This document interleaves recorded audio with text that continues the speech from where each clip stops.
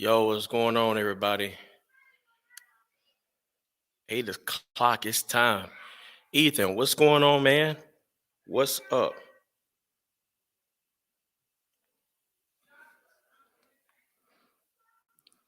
I know Facebook gonna be it's gonna be a slight delay with Facebook coming on. So we're gonna have to deal with that as it comes. But anybody feel free if you like to comment on what's going on and as we're going through this. Guys, I plan on taking a time through this. There's a lot of information to cover, and you may hear chilling in the background, you may hear noise in the background. I may have to pause and like tell somebody to hush, but nonetheless, we're going to get through this. All right. So if you don't know, if you're not aware, my name is Jamal Bandy. I am the host of the Prescribed Truth podcast, also founder of the Prescribed Truth. We're here tonight discussing the Ahmaud Arbery case, um, the young man who was killed on the 23rd of February. And it's stuck around the media, and it's became a big story. More so on the end of dealing with racial conflict, and so with everything developing over time, I kind of waited before I did anything. Theology Mom, what's going on? Hey brother, I have to catch you later. I'm going live right now too. Okay, God bless you, sis. God bless you. And yes, so I kind of wanted to wait until more stuff started coming out before I did anything on my channel. And I mean, as days go forward, I mean, information just rolling in. And so we're having to get through this. And so now let me be clear where I stand before we even get here. Um, I'm going to base whatever I say off of what we see right now. All right. Keep in mind that there's still a trial that is going to come because the two gentlemen involved, George and Travis McMichael, they are arrested, and so therefore they're going to have to stand before a jury and go through all the evidence and all those things. So who knows what'll come out, because this they've been sitting on this case for 2 months now, and so with 2 months of information, these videos that we're now seeing publicly, they've already had them. It isn't like this is new information. Um, you know, uh, Everybody who's been investigating this case has already seen this information, is aware of the information that's out there. It's just not getting to us. All right. So my plan was to go through what we have and just do kind of like a play by play, with lack of a better word or better terms, a better phrase. Just go through a play by play of what's going on. What do we see? And form an opinion off of that, off of what we see. All right. Now, already, the very first thing that came up about this situation was that it was racist, that the gentleman was racist. It's just going on the podcast. I did a podcast episode kind of just sharing my heart on this subject. I don't know if I will turn this into the audio to make it a podcast. We'll have to see. I'm not sure. It's possible, but I haven't thought about that yet. And so, the first thing that came about this whole situation is that was based off of racist motives, racist intentions. It was put in the media like this was a lynching, a modern day lynching of a black man. All he was doing was minding his own business, jogging down the road, and his neighborhood is clearly not his. And these two white men decided they just want to, take out a Negro today. You know, and that's how this was portrayed in the media. This is how it was delivered to us. And every time I'm faced with information like this, especially from the media, I'm automatically looking at this with some skeptical eyes. And for rightfully so, the media cannot be trusted. We all know this. We all should know this. The media cannot be trusted with information. They're going to twist a story to get the most attention. That's what it's about. And what is getting the most attention nowadays? Racism. Racism, like my brother Samuel said, like racism is becoming more important than murder. More important than murder. Somebody can get killed, somebody can get murdered, legitimate murdered, and you won't hear about it on the news. But let it be a white person involved with taking out a black person, then we have something to talk about. And that's very frustrating of how our culture is But the people allow it to be that way because we as a people are so gullible to buy into the story and to get all emotionally involved without looking at the information, or at least waiting. And that's what I love about the scripture, how the scripture says we should be slow to speak, swift to hear, slow to anger, and knowing that the anger of man does not produce the righteousness of God. We have to wait. The Bible talks about how it is wise for us to wait and hear a matter before we speak, to hear everything through. Because we don't get the whole story from the media articles and stuff like that. Not all the time. All right. So I know this is a warning for those as we're getting into this. I'm trying to get some time for people to kind of come in if they're going to come in. I am going to play the footage for the from the actual killing when the killing took place. I'm not going to play up until the time that he gets shot because that's not important to what we're going to discuss.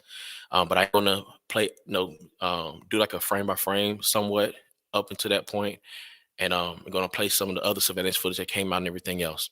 All right, so cool. Okay, guys. I'm trying my best not to rush through this because I don't want to rush through this. I want to take my time through this. And so this is going to be a long one. For those of you who may watch this on the replay, it's going to be a long one, I suspect. And then if we get some interaction, which I do want interaction, if you guys have noticed, I did put a link in the description, whether you're on Facebook watching or on YouTube. There's a link in the description if you want to jump in this conversation and join the conversation. So we can do that. We can have a back and forth. This does not have to be a monologue. All right. So this doesn't have to be a monologue. We can have a dialogue about this subject. And no problem, Ethan. He says, thank you. It was rough to watch the whole thing. Yes, it was definitely rough to watch it. My initial thoughts when I saw it was that it was sad. It hurt my heart to watch a person go down and they're not getting back up. Yes, it's so hard to watch. And having to try to work through how I was going to approach this, I had to rewatch the video, and it doesn't get easier. It's not a point where I look at that video and I'm thinking to myself, oh, this where that part happens. Like, no, it's sad. It's just sad, watching a person's life leave their body. Anyway. So no, this is. I don't hope anybody would. I hope people understand is that I'm not approaching this topic lightly. I'm not approaching it with doing half standards. Coming through this like I would handle anything else of importance, but with very much with a lot of carefulness and wanting to be fair to even the opposing sides of where I stand. Okay. So, just want to throw that out there. So I am open for conversation, open for us to discuss this topic and just have a discussion about it. We may not agree, but we can have a discussion. All right.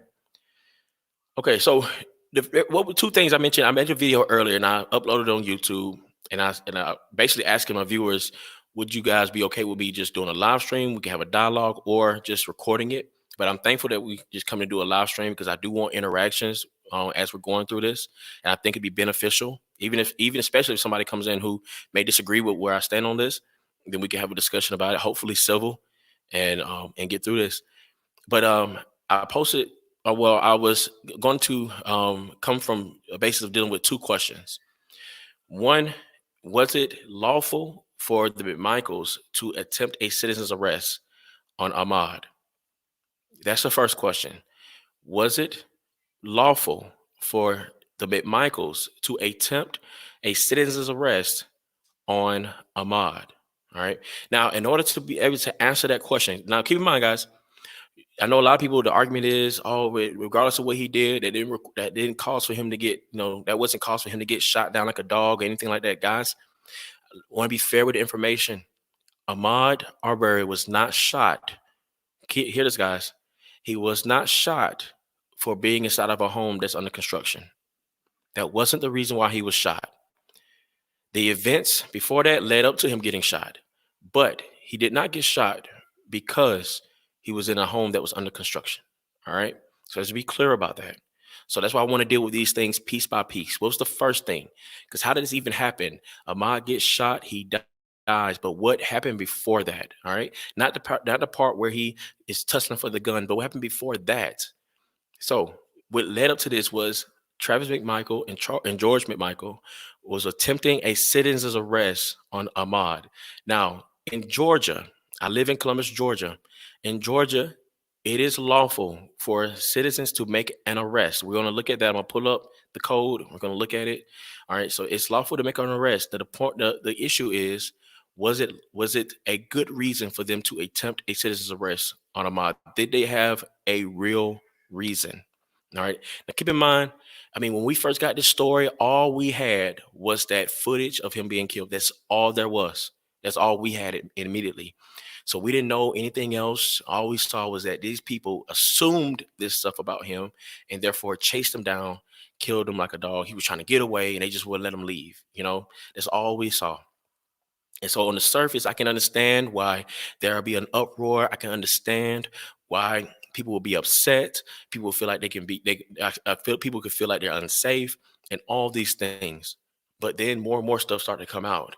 And sadly to say, I'm just throwing this out there, guys. I'm not talking about anyone in particular, but sadly to say, as things come out, we're starting to see people starting to try to bend around with the facts, say, in order to still make this seem like it could be a race issue. And for those who don't think it's a race issue, still feels like it was unjust.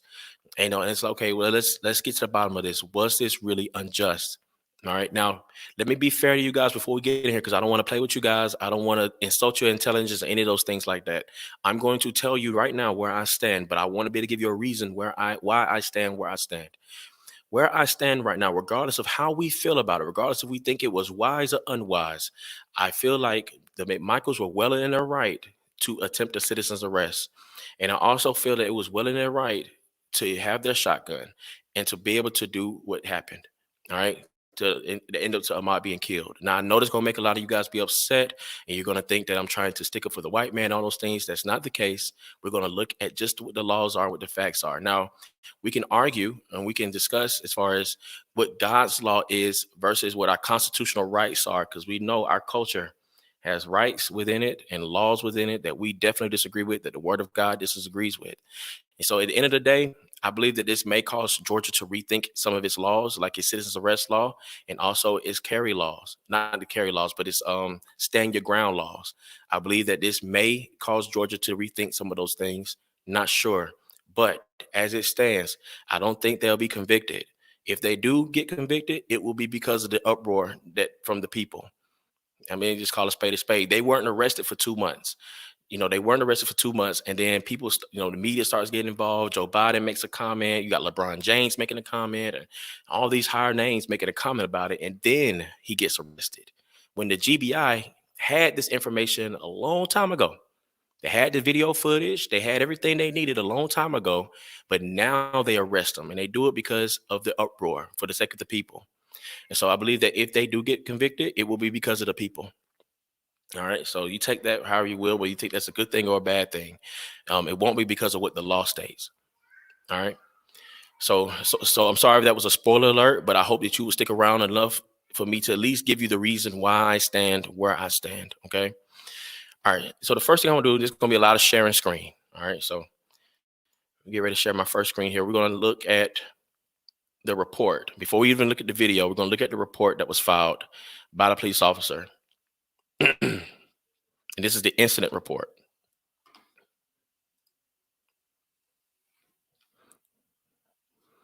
All right, so you all should be able to see that right now. This is the incident report. That's right. Ethan says innocent until proven guilty. Yes, yes, innocent until proven guilty.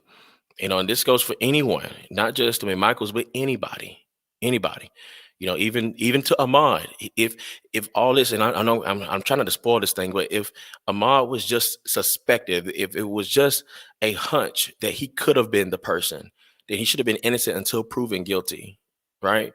You know what I'm saying? But we're gonna look into this. So we're gonna look into it more. I don't want to kind of go ahead of myself and lose my place.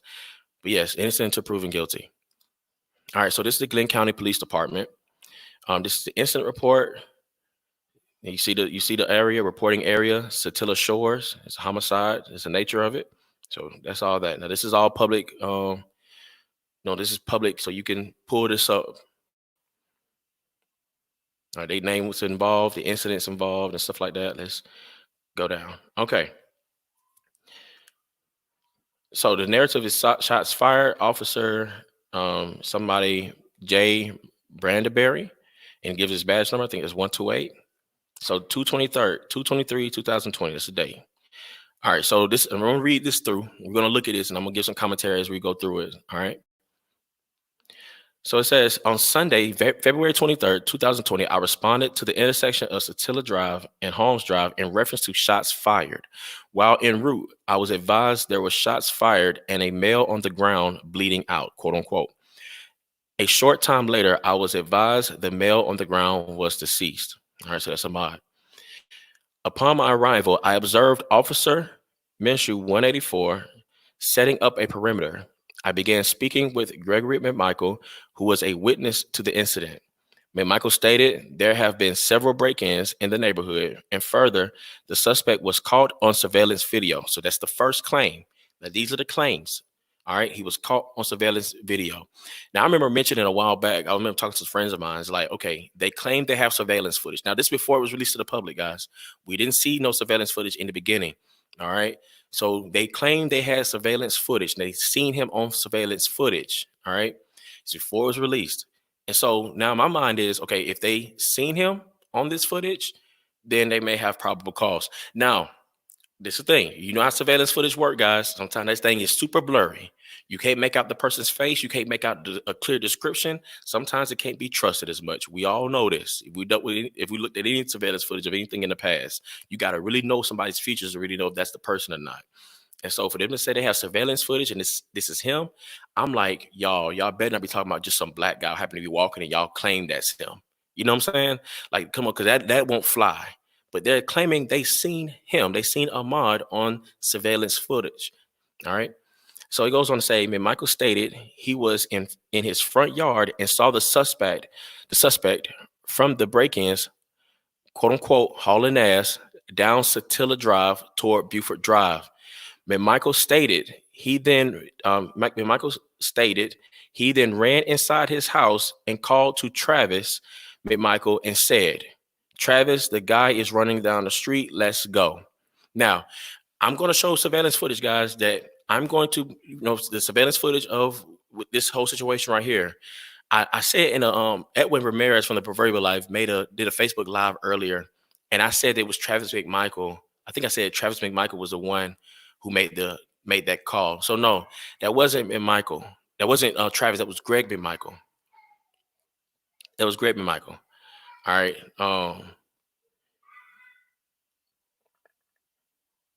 I think about making the 911 call. I think it was Greg McMichael who made that 911 call. No, he made another call. Anyway, I don't want to get twisted. Let me get back on focus.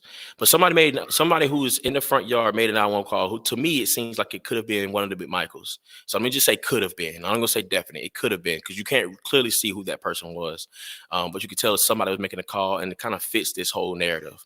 So that's what leads to my suspicion of who actually made that initial call. I could be wrong. All right, and so McMichael stated he went to his bedroom and grabbed his 357 Magnum, and Travis grabbed his shotgun because they didn't know, quote unquote, if the male was armed or not. McMichael stated the other night they saw the same male, and he the other night, not this night, the other night they saw the same male, and he stuck his hand down his pants, which led them to believe the male was armed. Now, guys, if I'm being real with you, this is the part where I'm like, yeah, y'all should not have had your guns with you, though they had a right to have their guns. They had a right to have them. But this wasn't cause to think that he was armed because the other day you saw him with his hands in his pants. Guys, I don't know how familiar you are with urban culture, but a lot of black boys put their hands in their pants just because. Just because. And I know you say probably want to use caution. It's better be safe than sorry. Okay, well, bring your gun, put it in the car, don't take it out if you want to be safe until you know what I'm saying?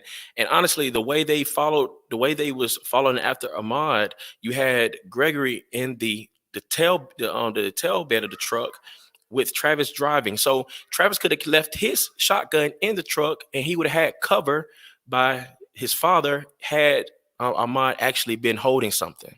Makes sense?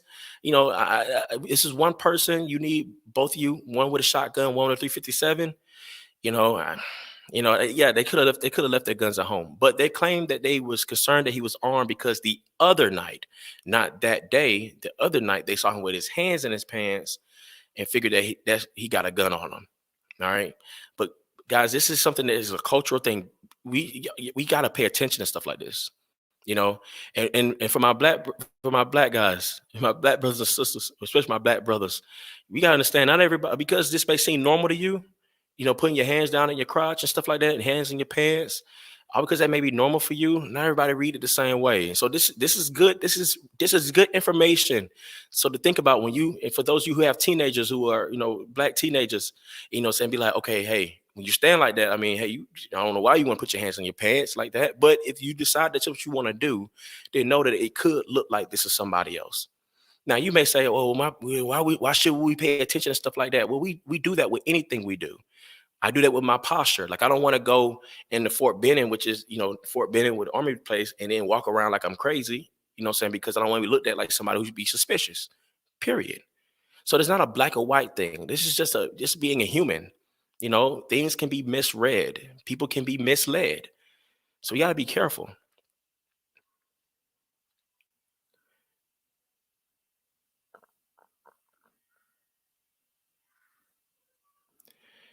Now this is a good point. Hold on. Let me Ethan says in the comments here.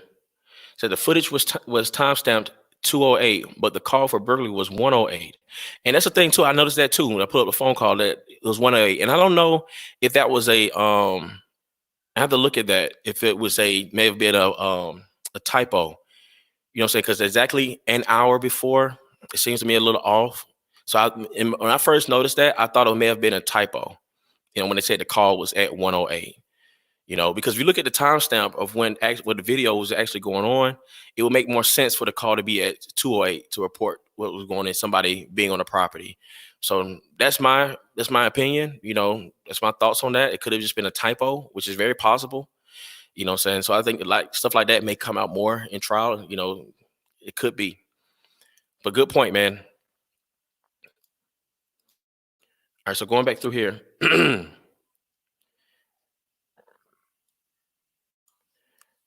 right, so okay,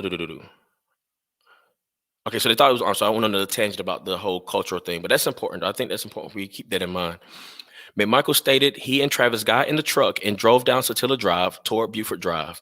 McMichael stated when they arrived at the intersection of Satilla Drive and Holmes Drive, they saw the unidentified male running down Buford Drive. McMichael then stated Travis drove down Buford and attempted to cut off the male. McMichael stated the unidentified male turned around and began running back the direction from which he came, and quote unquote Roddy attempted to block him, which was unsuccessful.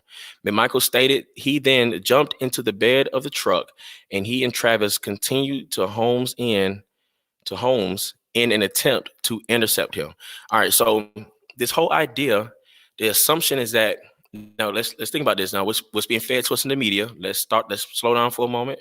Try not to rush. Let's slow down for a moment. What's given to us in the media is that this Ahmaud Arbery was just a jogger. People are jogging for Ahmaud because he was just jogging. That's all it was. He was jogging. And in this police report, they say he was a suspected person in a series of things that's going on, and they saw him running down the street. So to me, seems like, now I'm thinking about it as the story goes on, that Greg and Travis, they noticing him go by he's from the surveillance footage. They noticing him go by, and they're like, okay, this is the guy. So we gotta see what's going on. This is what it looks like just from this report. All right, and so now you have them running after him in one direction, and then he eludes them. He dodges them, and goes another direction. So they attempt to intercept him again. Now, keep this in mind. At this point, he's just trying to get away from them. That's all we know, is that he's just trying to get away. They suspect he's someone who's been a part of some burglaries, and they're going after him. They suspect. This is all we know right now. And then he eludes them and goes another direction. They catch up to him. They try to intercept him again. This is all the report is saying right now. Okay, nothing concrete yet. This is just the report of what's being given to the officer who's on the scene. All right. So going back to let's continue. You guys still see it. I hope you guys can see it okay, because I know it may not show up as well for you guys. I'm sorry if it doesn't. If I see something worth highlighting, I will. It said Michael stated that Michael stated they saw the unidentified male and shouted, "Stop, stop. We want to talk to you." So this is the claim. This is the claim that that they made clear to Ahmaud that they just wanted to talk. Now, guys, let's be fair. You know what I'm saying? You see now, according to see in the footage, you see two men, one with a shotgun, one on the back of a tailgate of the truck with another gun. You're not gonna because they say they want to talk to you, you're not just gonna think they want to talk. You know what I'm saying? Like that's gonna be kind of off to me too. Keep in mind, there's nothing suspected of Ahmad at this point. He's just a runner. He's just someone jogging. All right. This I'm not even getting to the rest of the evidence yet. This is just what is being given to us. He's a jogger. He's running. These guys think he's a suspect. They chasing after him. He'll lose them. He keeps losing them. And then they get to the point they intercept him and they tell him, "Stop, stop. We just want to talk." Yeah, I'm not gonna trust that either. If I'm just minding my own business, running down the road, and you trying to stop me and you got guns, no, I'm not gonna trust that you just want to talk to me. For some reason, I'm not gonna trust that you just want to talk to me. All right, so let's be completely clear about that. But this is the claim. This is what they're saying in the police report. They said, "Stop, stop. We want to talk to you." Michael stated they pulled up beside the male and shouted, "Stop again," and at which time Travis exited the truck with the shotgun. Now, from we see from the video, this ain't necessarily the case here, because Travis was already outside the vehicle before he pulled up beside. He was actually Mob was behind the truck. So there's some questions here with this report and what's being given on this report, and this may go against them in the court. It may just be. And so they said that Michael stated they pulled up beside the male and shouted, "Stop, stop" again, at which time Travis exited the truck with the shotgun. Now, this may not be a play by play, but what I suspect happened is that, of course, Ahmaud is in front of them.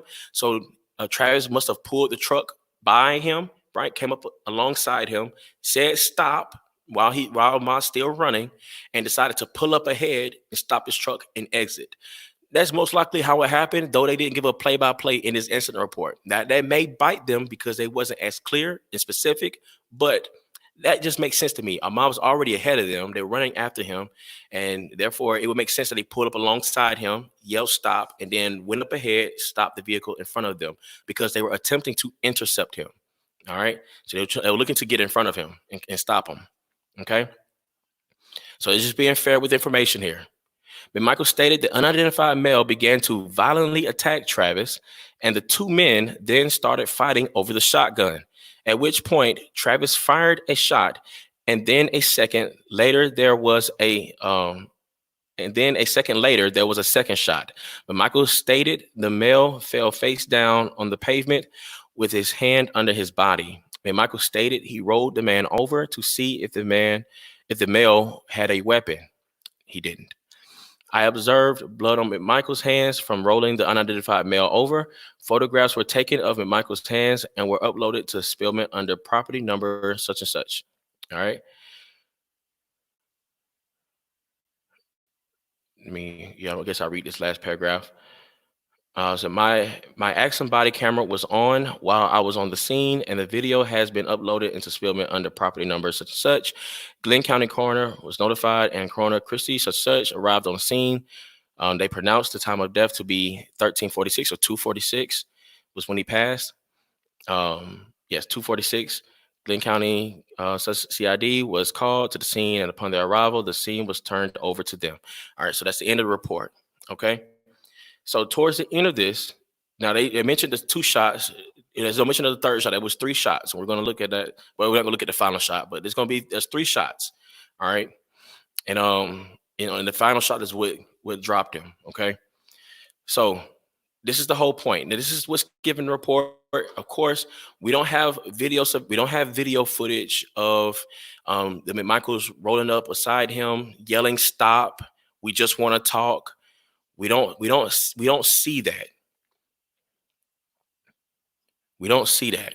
All right. What we do see is what we saw in the front. We saw the truck stop, And then we see Michael, I mean, not Michael, but Ahmad running what looks like towards the truck in the direction where the truck was, and Travis outside of the truck with the gun, and so on and so forth. And you hear them shouting at him at that point. You do hear them shouting at him, where they were saying stop or something like that. They was yelling, but Ahmad he kept going. All right.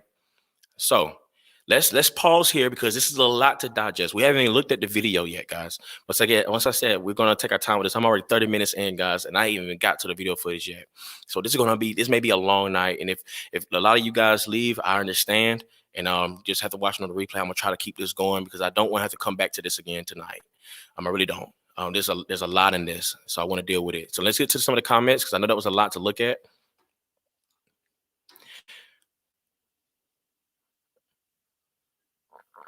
All right, so we got and if I pronounce this name wrong, I'm sorry.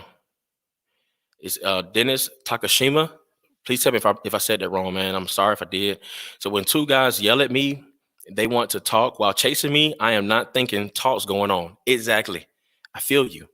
I feel you. I would feel the same way. If this, and keep in mind, this is all if the premise is true that this is just Ahmad just having to be minding his own business, and these men just starts chasing after him, and then he's like, "Stop! We want to talk to you. Hey, I got a gun. I want to talk to you." Like no, I'm not gonna believe that either. All right, this is off of that same premise. Now, Ethan Tanner says, why would he want to get away if he did nothing wrong?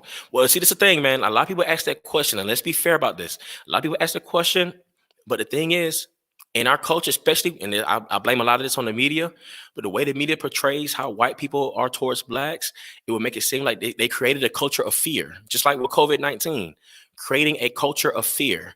And so, therefore, our young people, and so I'm 31, so what? He was only 6 years younger than me, but he could have. It could be that hey man, I've been told all this time that white people hate black people and we can't trust white people and everything else, and everybody looking to kill everybody looking to kill a black person. So yeah, I'll be afraid. If you're coming after me and you got guns and you know what I'm saying, you coming after me hard, yeah, I'm going to run. You know what I'm saying? I don't know what your intentions are, but now the question is, guys, was that the case? Was it the case? Was it the case that this was just a man who was just jogging, minding his own business, doing his thing, just having a stroll, just felt like getting the exercise, and then this happens? Like, is that the case? Is that really what happened? Okay, this is the point. Once again, I'm gonna state the question again. Did the Michaels have a reason, have a good legal reason to attempt to make a citizen's arrest? Right now, on the surface, it doesn't look like it. It doesn't look like they do. They said they suspected him of being the person on surveillance footage. Okay, you're not sure, call the police, but you shouldn't be chasing a person because you suspect they're the person, right? That wouldn't be the right reason to try to attempt a citizen's arrest. And we're going to look at that too. We're going to look at the laws, and I'm going to pull all that up.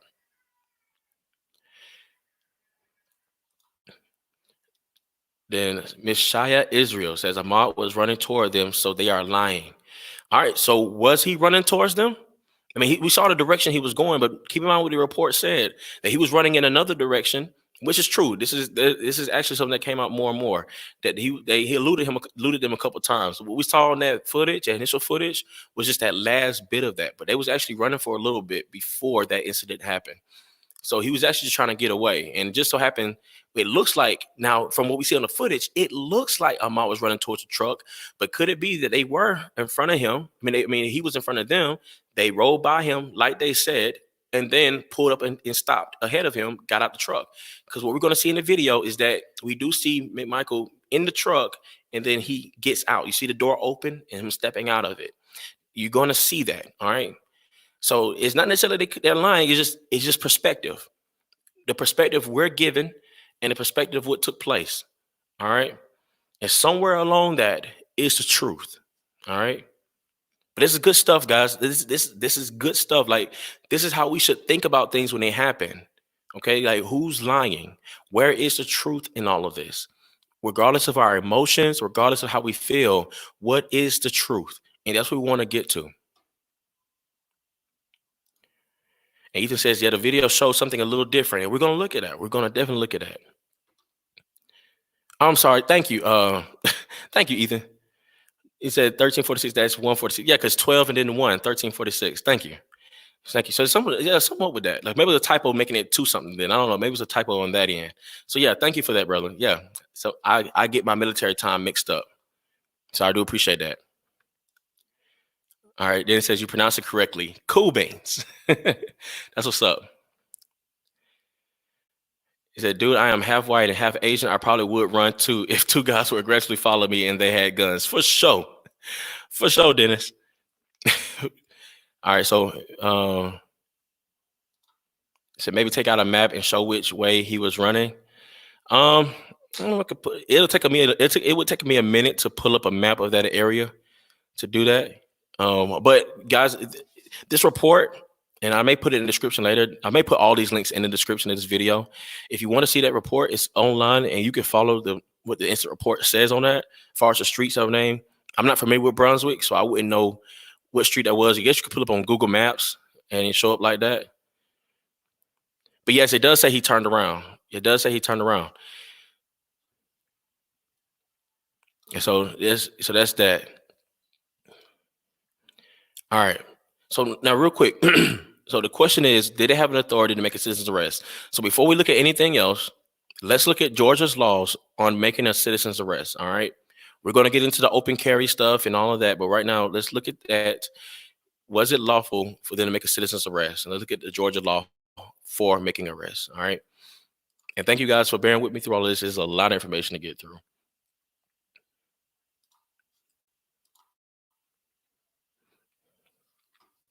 Now, of course, there are a lot of pages you can go to and websites you can go to get Georgia codes as far as what their laws are.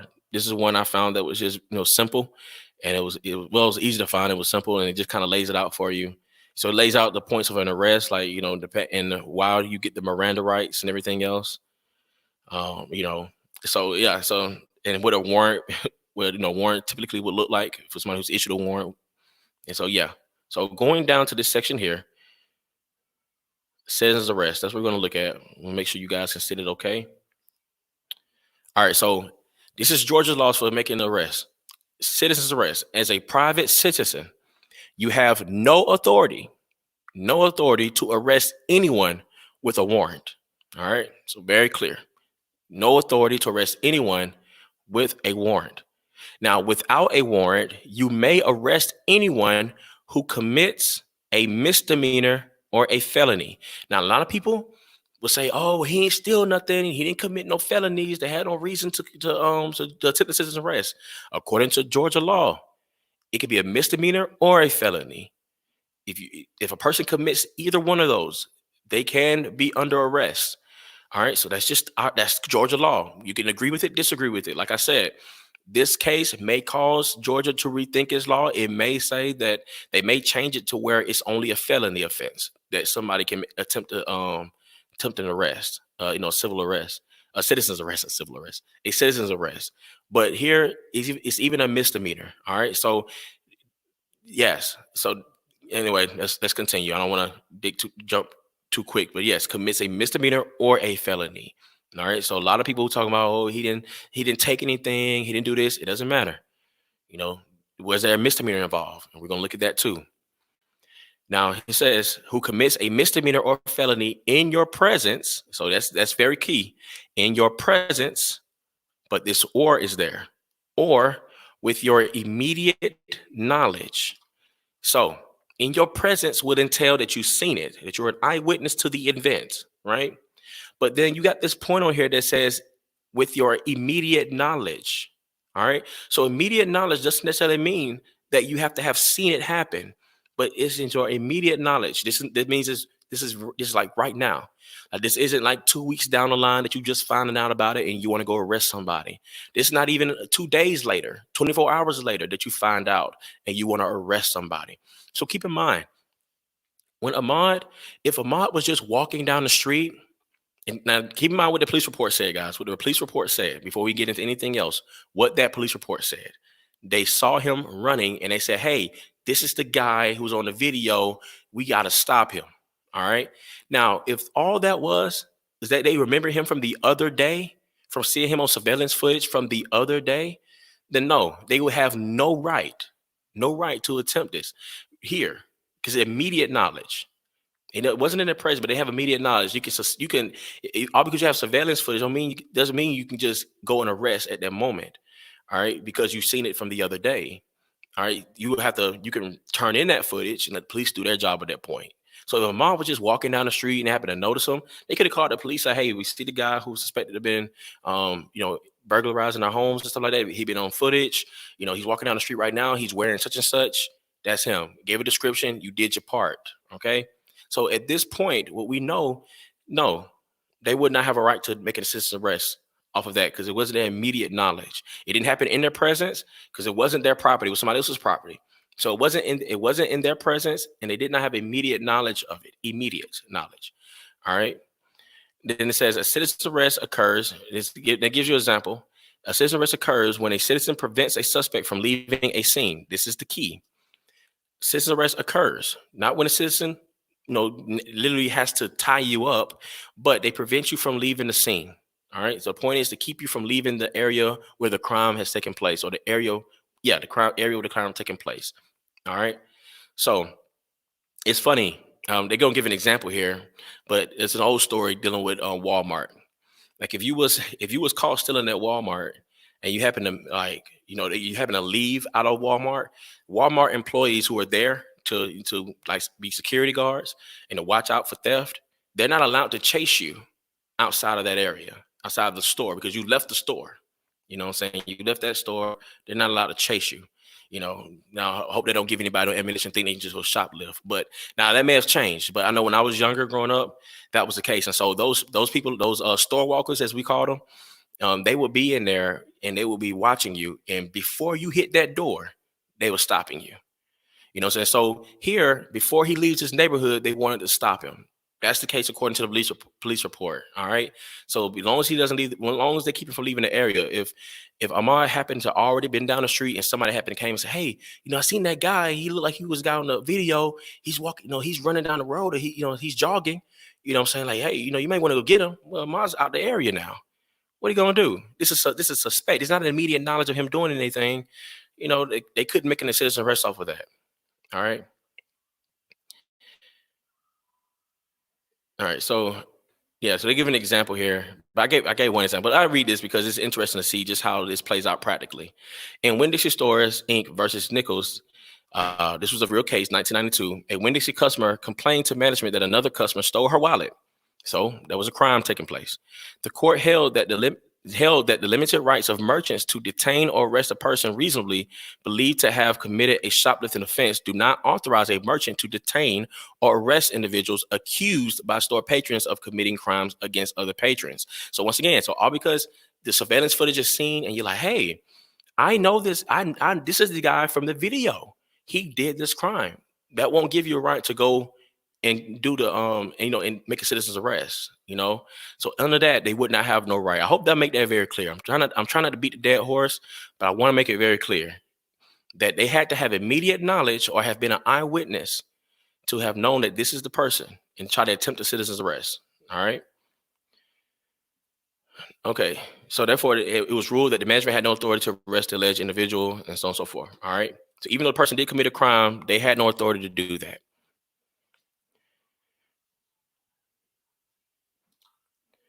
Then it says, I think that if they did have the right, they still did it wrong. Definitely, since the guy was an ex-officer, if you think someone is a threat, you do not go near them with a gun.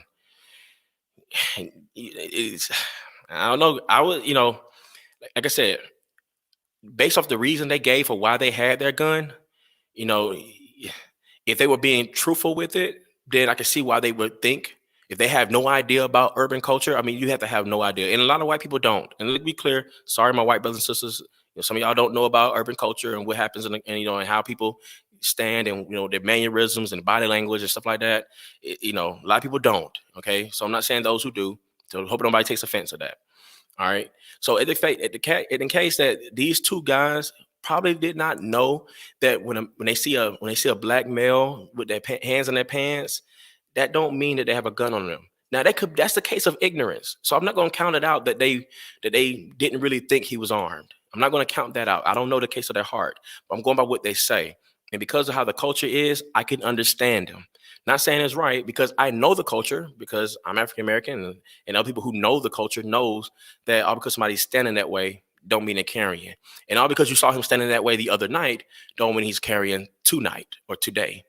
You see what I'm saying? Now that's a common sense thing. But based off of their reasoning, I can understand why they think they would need to have their guns with them.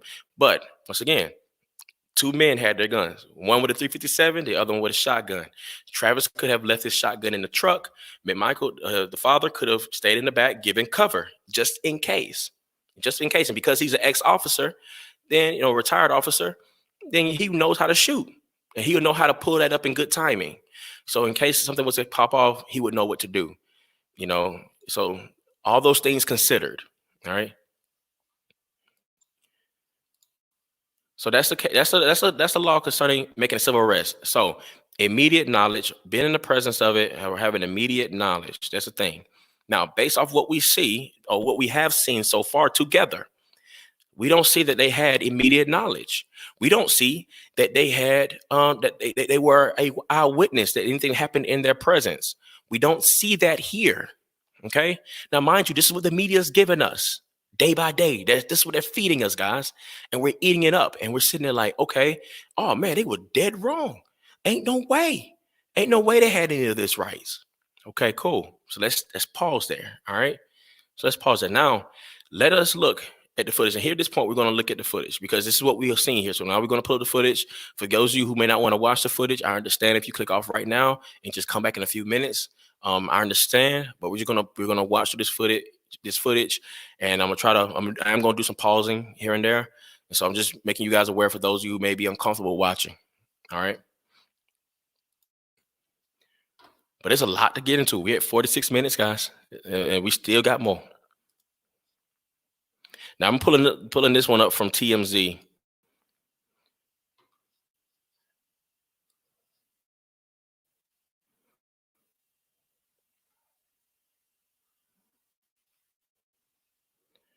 Let me see. Now see they'll let me play it.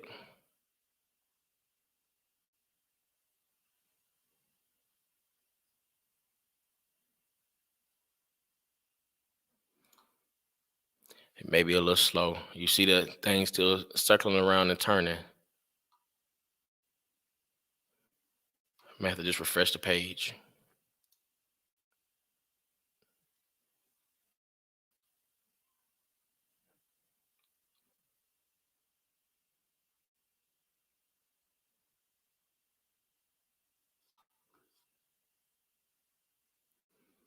All right. Okay, there we go. Running a little slow. I know I'm streaming right now and I got all these websites open. So this is probably what it's burning it's burning CPU.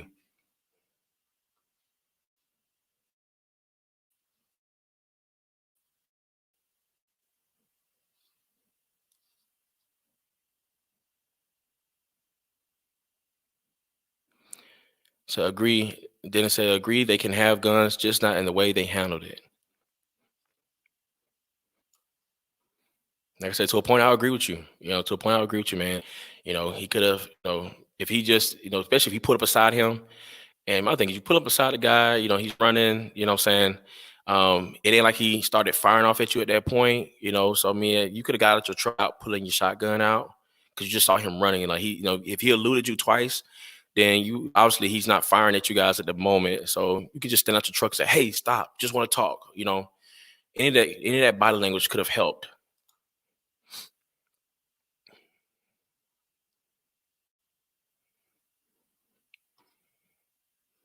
And it's just like anything, guys. It's easy. We can all talk about what we would have done and everything else, but I believe the way this situation happened is like it's so fast. And as you watch some of the footage, you will see it's went fast. I'm trying to go to another page and see if I can find the video on another page. I had this all pull up for you guys, and now it's like you just don't want to play. And I want, I mean, I can out to you guys what I want to look at, and you guys can look at it in your own time. So push come to shove, I could do that. But I just really would like to have showed it. But let's let me see if I can pull up another thing here. Yeah, bear with me for a moment. I'm sorry about that.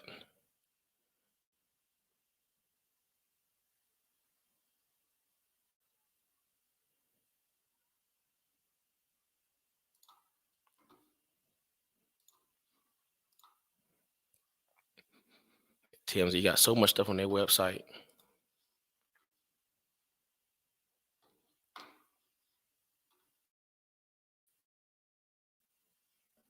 All right, so right now I'm in the process of pulling up another site to see if I can get it off of there, off a news website.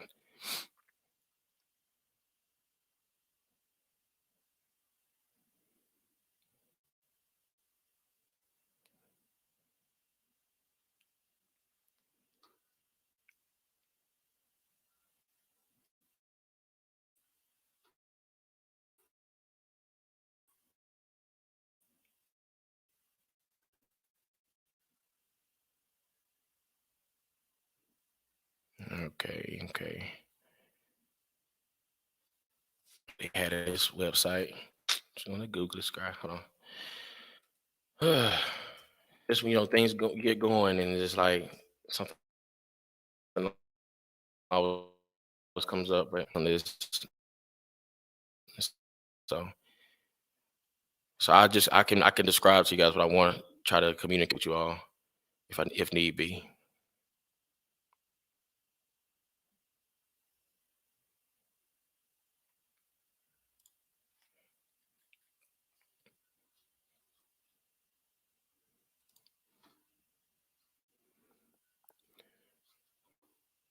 See, TMZ still loading. I'm gonna take it off of that real quick. It's irritating. TMZ let me down. It was always something. I'm trying to tell you, man, always something. And all day long, guys, I've been going off and on this thing and like trying to pull up the websites, make sure everything's working okay. And it pulled up fine. It pulled up fine. But, don't want to pull up now. So it is what it is, man. You're going to exit that browser window. I mean, that on tab.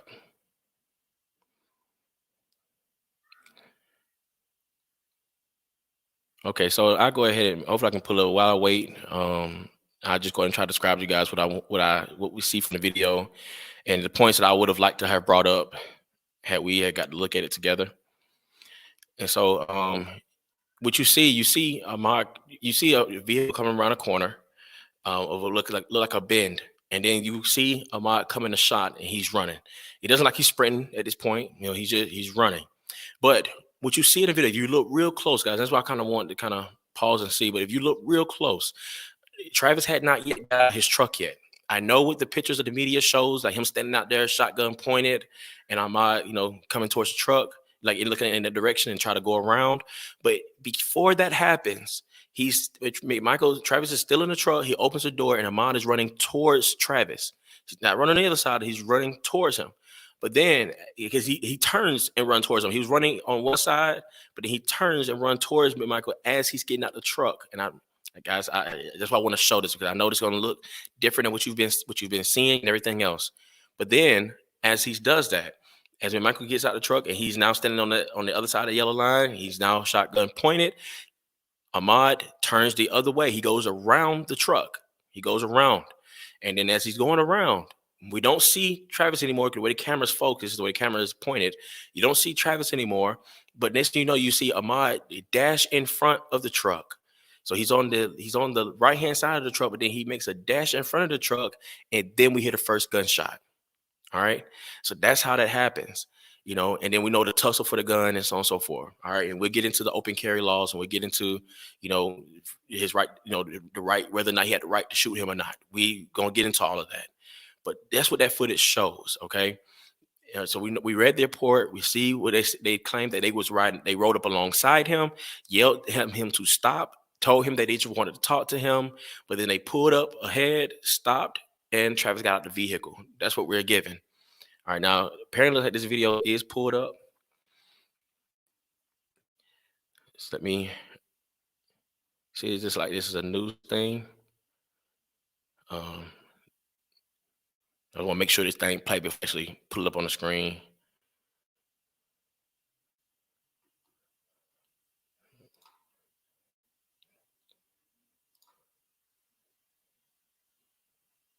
Okay. Okay. It shows it. All right. So, okay, I got it.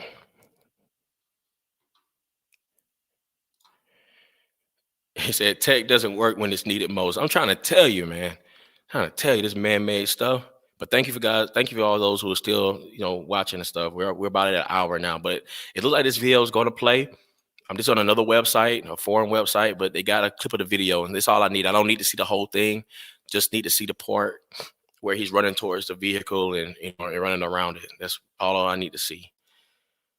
And so let's share that screen. So once again, guys, if you feel uncomfortable watching this, I understand if you turn away or click away. So make sure, can you all see that? Yeah, yes, yeah, you all should see that. All right. Now I'm gonna make this on the StreamYard full screen. 'Cause I want you able to see this good. So I'm gonna make this full screen image. Well, that wasn't that much, but better than what it was, right? All right. Man, let me see if I can do this here.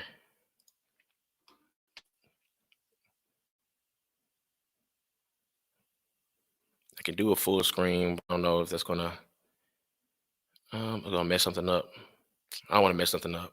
Anyway, you guys should see that. Yeah. All right. So I'm gonna back it up a little bit. Now, this is him as we see Ahmaud running down the street. This is at this point. I'm gonna try to back up just a little bit.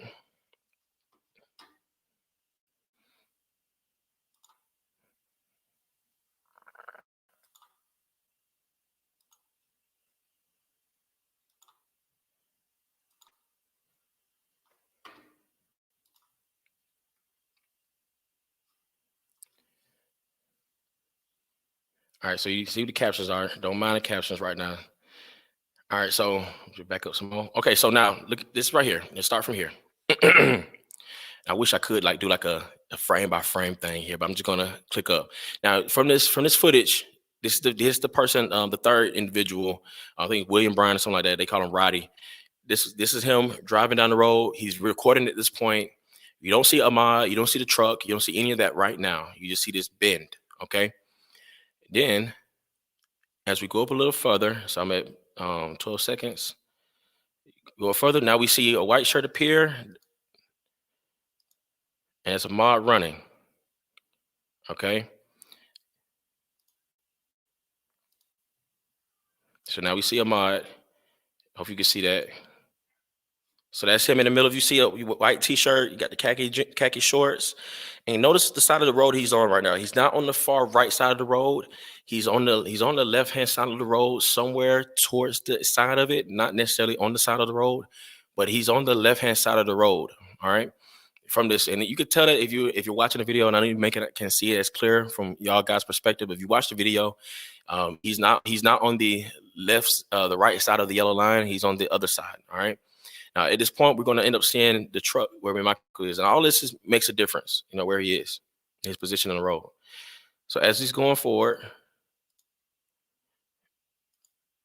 he is now.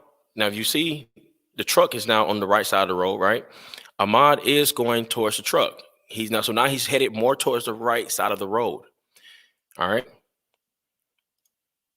But then something happens, and it was so quick of a turn. I don't know if you caught that. So he's running towards the right side of the road. But then he turns and goes towards the driver's side of the truck at this frame. Now that's okay, so that's how they go. Hold on.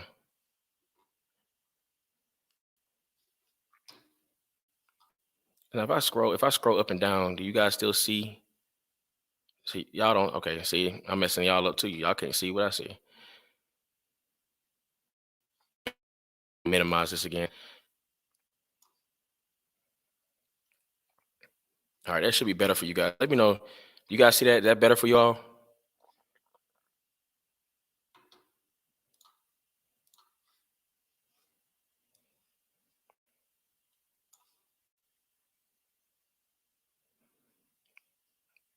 I'm trying to get it where I can see the timestamp too.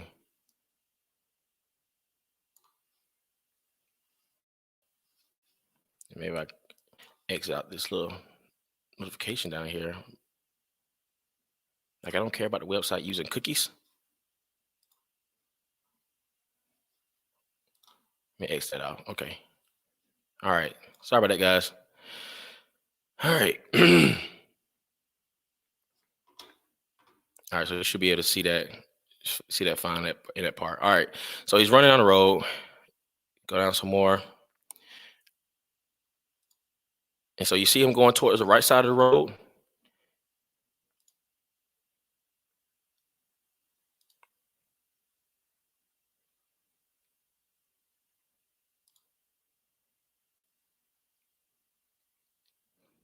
All right. He run now. See this point here, man. Michael's getting out of the truck. He's already probably at this point probably outside the truck because now we see Ahmaud actually headed towards that direction on the other side, on the right side of the truck.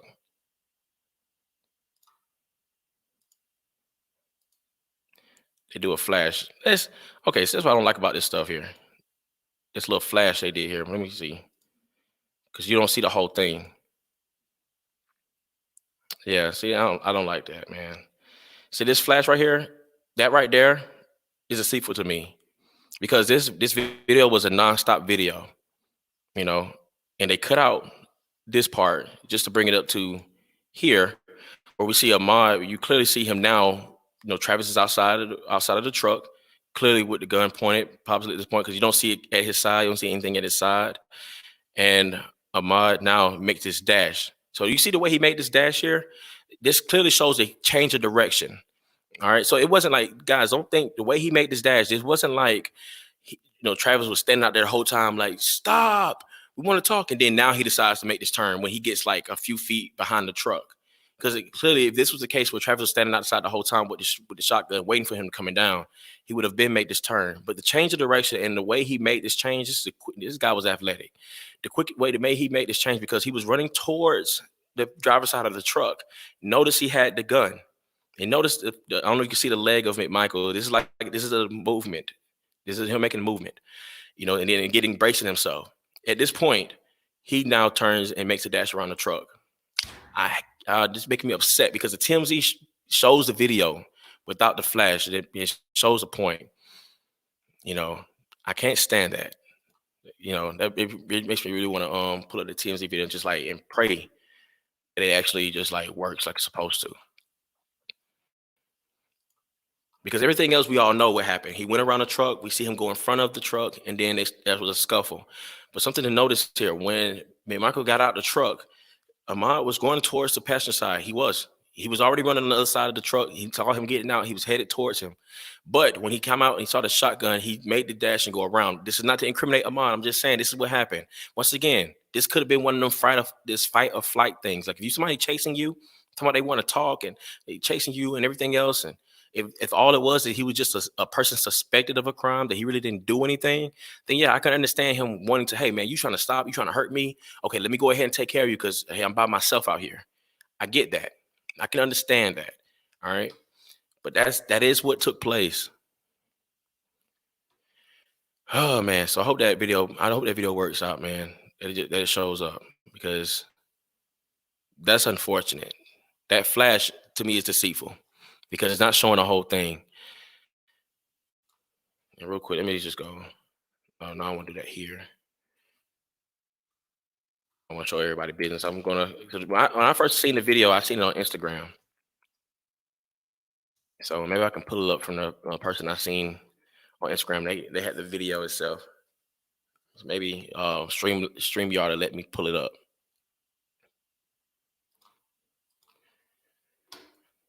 And I thought that's my first time looking on that site, seeing that one. So I apologize. I wasn't aware they're gonna have that flash in the middle.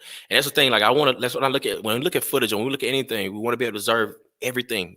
Everything that it shows. We're gonna make a conclusion. You know what I'm saying? But so I don't want to make it like I'm lying here. You know what I'm saying? So what happened in that video? If you watch it yourself, you watch the whole thing, not the cuts, the edits that they post on different news sites. But if you watch the whole thing, you know what I'm saying, from the start to the finish, you will notice if you slow it down, you'll notice that Ahmad is on one side of the road. He's headed towards on the right side of the truck, but yet he turns. You see him turn towards the passenger side of the truck to run towards, not the passenger, but towards the driver's side of the truck as McMichael is getting out of the truck as if he was going to deck him. And he probably was finna steal on him. He probably could have. I'm not saying he was going to. Don't know yet. He didn't make it to that point. But he did make a turn towards going towards the driver's side of the truck. Then as McMichael gets out the truck, he braces, takes a stand with his gun. He quick dash goes, makes that turn, make that quick dash going around the right side of the vehicle. And then we know everything else that ensued after that. But that's an important part to think about because at this point, Ahmad could have been running away. He could have left, could have kept running. If he would have eluded him twice, he could have kept going. You know, the stopping to fight at this point could have been a different story. All right. Sardina says, what happened to this young man is simply just very sad. And it is. It is sad. And look, guys, and this is not. And I hope anybody doesn't take the fact that we're reviewing this information to make it seem like there's anything less to look at concerning the fact that a young man is dead. An image bearer of God has lost their life. That's not saying that at all. That's not taking it that way at all. All right. The thing is, we're looking at what's justifiable and what isn't, what is right and what is wrong. All right. That doesn't take away the fact that it's sad that he lost his life, and I hope that nobody takes that stance here. That's not the case. All three of these individuals are image bearers of God. All three, not just Ahmad, but the Michaels too. Their lives will be forever changed because of this incident. Whether they had good intentions or didn't, their lives will be forever changed because of this. And Ahmad is now before the Lord. Wherever, and I pray that he knew the Lord, but we don't know. You know what I'm saying? And so that's the biggest thing. So no, so it definitely is sad. And anytime anybody loses their life, it is sad. It is sad, especially if they die and leave this world without knowing Christ. All right. So yes, I agree with you, Arlena. It's definitely sad, and it is simply very sad. It is. But unfortunately, what we have being given to us in the media is that this is a race issue. That these are white men who is lynching someone else, and we know what the Bible tells us. It is a sin to do what? Bear false witness. It is a sin. All right, to bear false witness. And this is why we're doing this, because there's witness that is being bared that is false. So we got to deal with it. We got to look at it. And we got to see, even if it is false, it could be true, but we won't know until we look at what's going on. All right. And look at everything that's happening.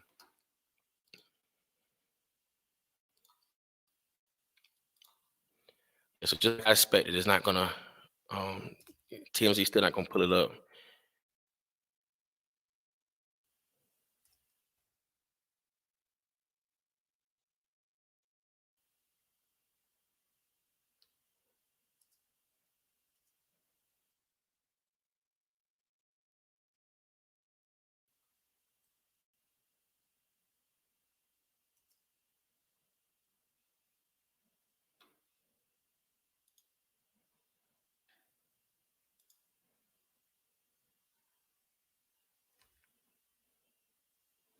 I said, damn, dang it. All right.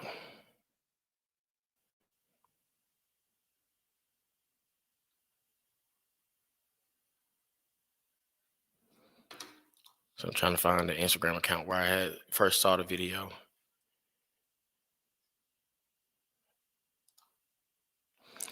Anyway, TMZ has failed me. This other website has failed me. That's fine. I'll just encourage you guys, because I'm already started a long time on this. I would encourage you guys to watch that video just very closely at that point, very, very closely at that point, to see exactly what is going on. You know, it's unfortunate I can't put up the video as I would have liked to. So I do apologize for that. I don't want to spend any much longer trying to do that, and wear you guys patience out with this. Is late, and I know a lot of you guys got things to do. So I do apologize again for that. But maybe just one of them things just wasn't meant to show that again. But I would just encourage you to look at that video very closely. What's going on now? So this other surveillance footage. Let's pull this up, because this is going to be important to give the case as far as if they had even the right to make a citizen's arrest. We're still on the first question: do they even have a right to make a citizen's arrest?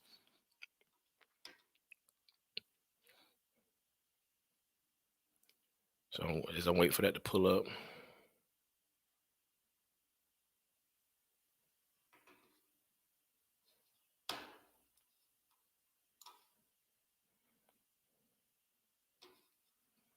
Yeah, note to self. I need to get to a point where I just download videos to use. That will be something I do in the future. I had a system where I could just download stuff like content and just play it. But I had changed laptops and had to find that the browser, well, the extension I used to use for that is now discontinued because of COVID-19. That they had to stop updating it and everything else and took it off. So I can't even pull that up no more. But this is frustrating. Videos having to load up. My computer's slow. Anyway, this is it's crazy. Okay, let me just go to this screen here because this is gonna really irritate me.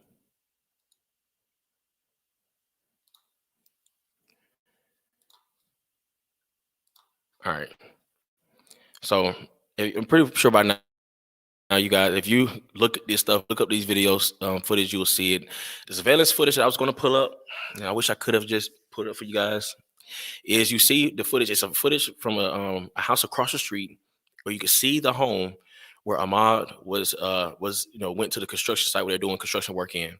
Now, the way the media put this out was that he was jogging, just mind his own business, just jogging. But this surveillance footage shows that that wasn't the case. That it wasn't the case that he was just minding his business. Now he could have been jogging before he entered this frame of this shot. He could have been jogging, just happened to come to this particular place, and then decided to walk in. All right, could have been, but we don't see somebody who is just jogging. All right, he walks in the frame. He wasn't jogging. He walks in the frame.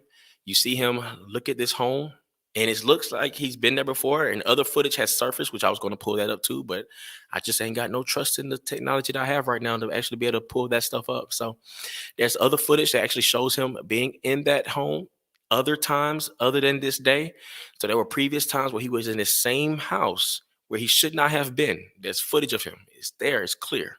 All right. So now on this particular day, on February 23rd, he goes into his home. He goes into his, he stops in front of this house. He looks around. It looks like he's kind of, you can make an argument that he's kind of enjoying the scenery, but I would suspect because he knows he's going to do something he shouldn't be doing, that he's looking around to see who's around, who's watching him, who's a witness. And he sees the coast is clear, and he tries to go in. He goes in through one way, notices the door is locked. Then he goes in through the garage. So he knows what he was doing. He's been here before. He knows what to do. And some people made the argument, well, hey, this was it was no locks on the door. Yeah, the front door was locked. That's why he didn't get in through the front door. He got in through the garage door. So apparently that wasn't locked. I don't know if it was supposed to be locked and they forgot to lock it. Those things could be argued. Or did it have a door? Didn't have a door right there being built. But the front door was locked. So he didn't get in through the front. He got in through the back. So I could take this off because obviously I ain't from listening on audio right now because I just lost faith in the whole video pulling up on this thing. And let me. I know you're still seeing this screen. Let me pull up to this point. All right. Oh, that's big. I don't want to, that's too big. Hold on.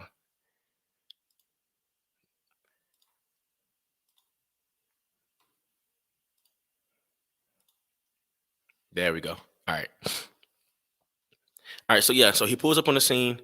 And then I'm doing all this talking and stuff like this, and I'm moving my hands around. You guys can't even see me. But anyway, I hope the me speaking gave you enough of what's going on, description of what's going on.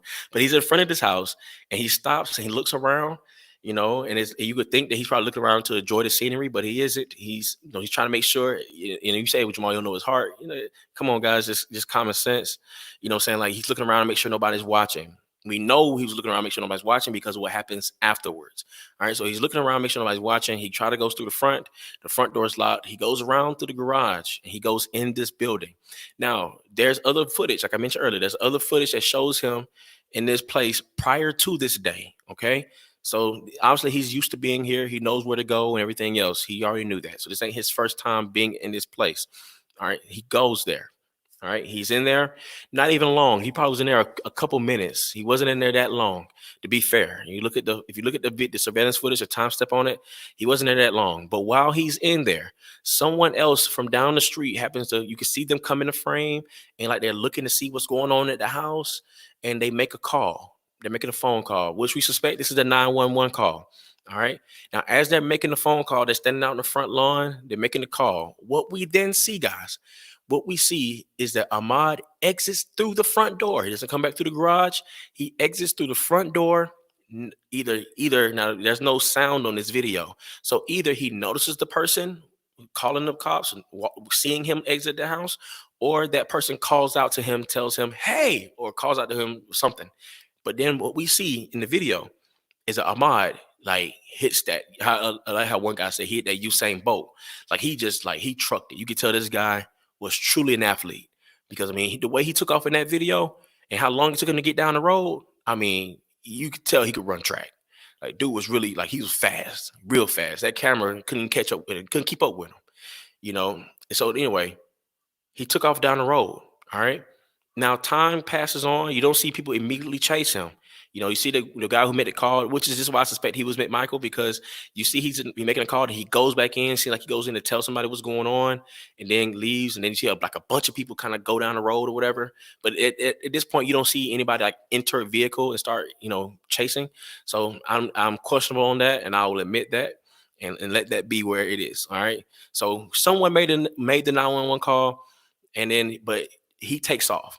So now we get to the point in the report where we see he's being followed.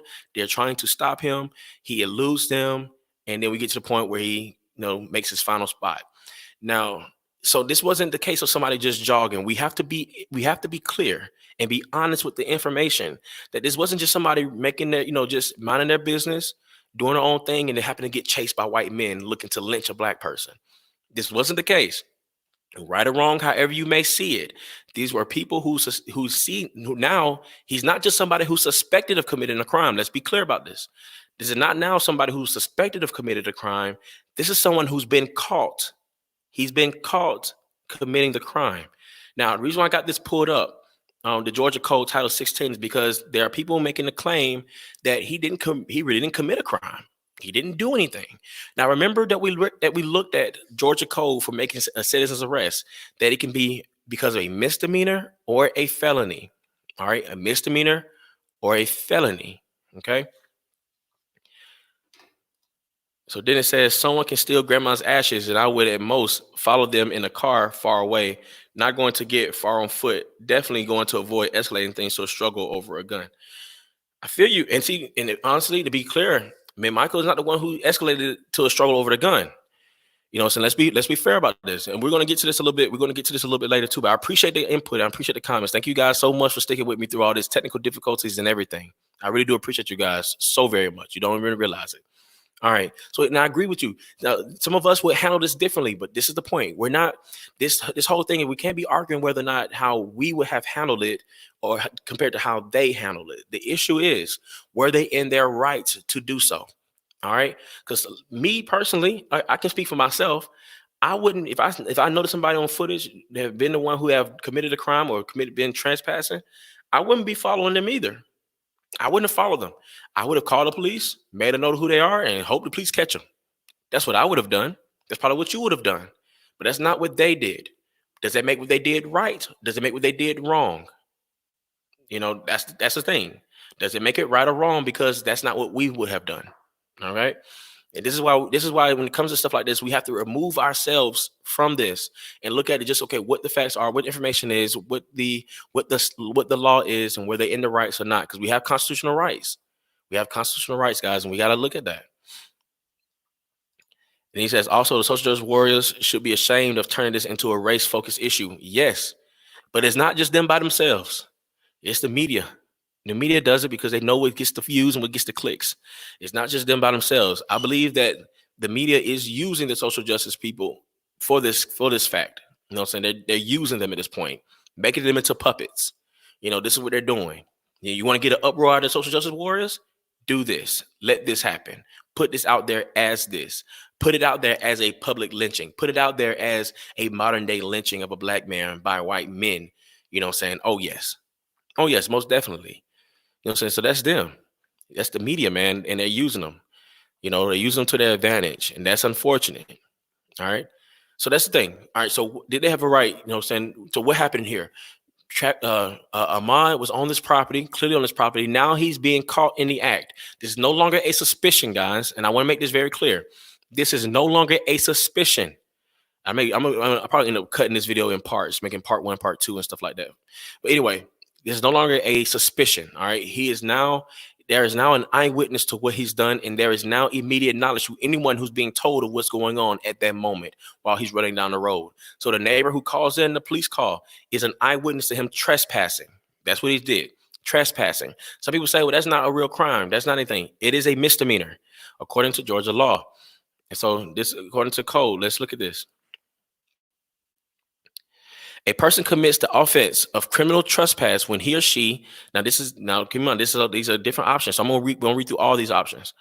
A person commits the offense of criminal trespass when he or she intentionally damages any property of another without consent of that other person, and the damage thereto is $500 or less, or knowingly and maliciously interferes with the possession or use of the property of another person without consent of that person.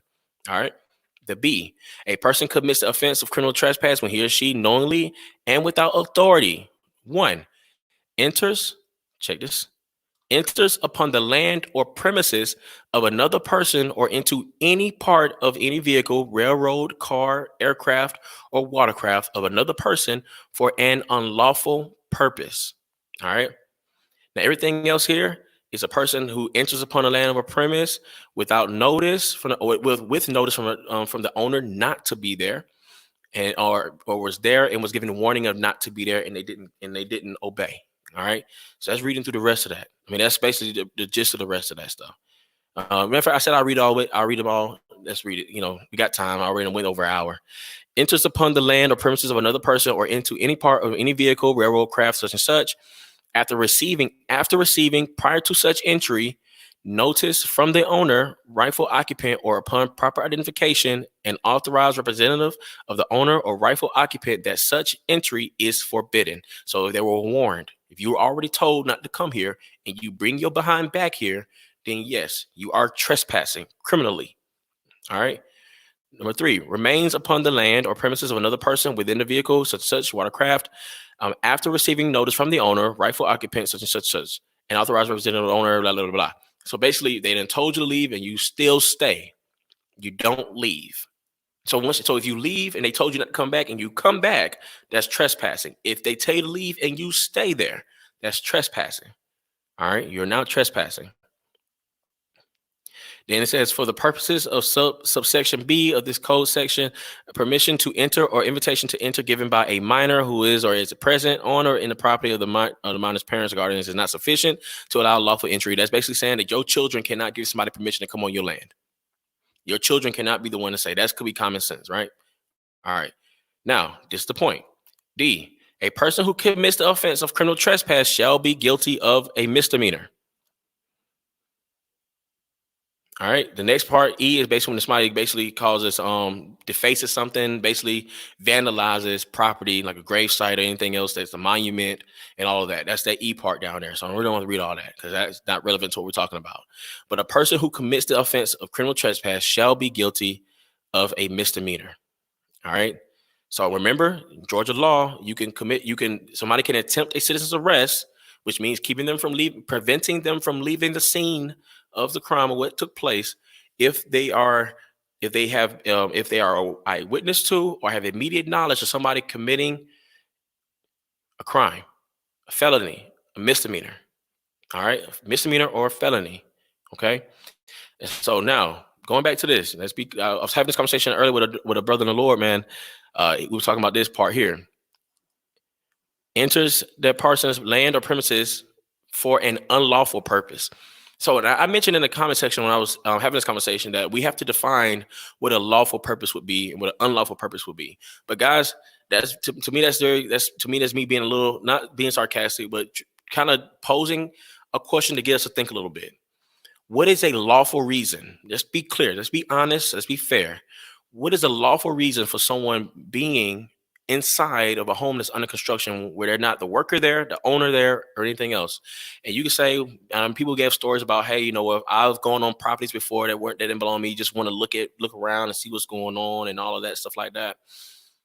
Okay, if you gone inside without the consent of the owner, you were trespassing. You just didn't get caught. They didn't make no. And if you were caught, they decided not to make a big deal out of it for you. That doesn't mean that you didn't commit a crime. Let's be clear, because it's an unlawful purpose. What is the lawful purpose of being there? Obviously, you look at everything that's on here as far as what will make it lawful is that you will have the consent of the owner. All right, if the owner tells you to leave, then you don't have the consent of the owner any longer. Obviously, you did at one point because you were there, but then you don't. They tell you to leave. And if you remain of consent of the owner, you're there unlawfully. All right. Now, some people try to make the claim that because there was no signs put up, that this was like, hey, no trespassing, or this is private property, then hey, it was open season. Guys, Georgia, not just Georgia law, just the law in general gives us the common sense to know that this is definitely not a public place. This isn't a park. This isn't a water park or a pool or neighborhood pool. This is someone's home. This is someone's home that's being built. Saying somebody's property that they paid money for. All right. So there are contractors who are supposed to be present on the place doing work, but they aren't at this time. All right. So those people who are lawfully there, by law, they were okay to be there because there's an agreement between them and the owner to be there at a certain time to do a job. When their work day is over with, those construction people go home. You don't see, because there's no signs up that says no trespassing, you don't see those construction workers coming back getting the beer up on the porch. You know what I'm saying? That's not happening. Why? Because they don't have the consent of the owner to do so. All right. So that's what this comes down to. Trespass is simply that, guys. And what gets me about situations like this that happens is it causes a lot of us to just get away from what is clear. We don't focus on what is clear anymore. And that's what bothers me about this, because we don't deal with anything else like this. And that's what hurts me most about this situation is like when it's dealing with race and all those things come into play. This is where we feel like, okay, well, there may have been a loophole. This may be, I don't know, the law isn't as clear as that, or that doesn't really make as much sense. Like, no, like we don't deal with nothing else like that. Let someone, unless every one of you have a sign on your home that says no trespassing, given that's being a warning. Let someone just happen to just walk up in your home. You have your door open and somebody just happen to walk in. I mean, they didn't commit a crime. They're not trespassing. Now, you may tell them to leave, but you can't really say they did anything wrong. They didn't. What wrong was committed? I mean, they just saw your door open, just happened to walk in. Well, I mean, why not? I mean, you happen to go outside right now. It could be late where you are and see somebody sitting in your backyard. Man, what are you doing? I mean, they probably smoking. They probably drinking a beer, whatever case may be. Probably just laying down. But they're not doing anything wrong. They're just on your property without your consent. That's an unlawful purpose. Their purpose wasn't lawful. It doesn't mean that they had to be there to steal something. It doesn't mean that they had to be there to hurt somebody.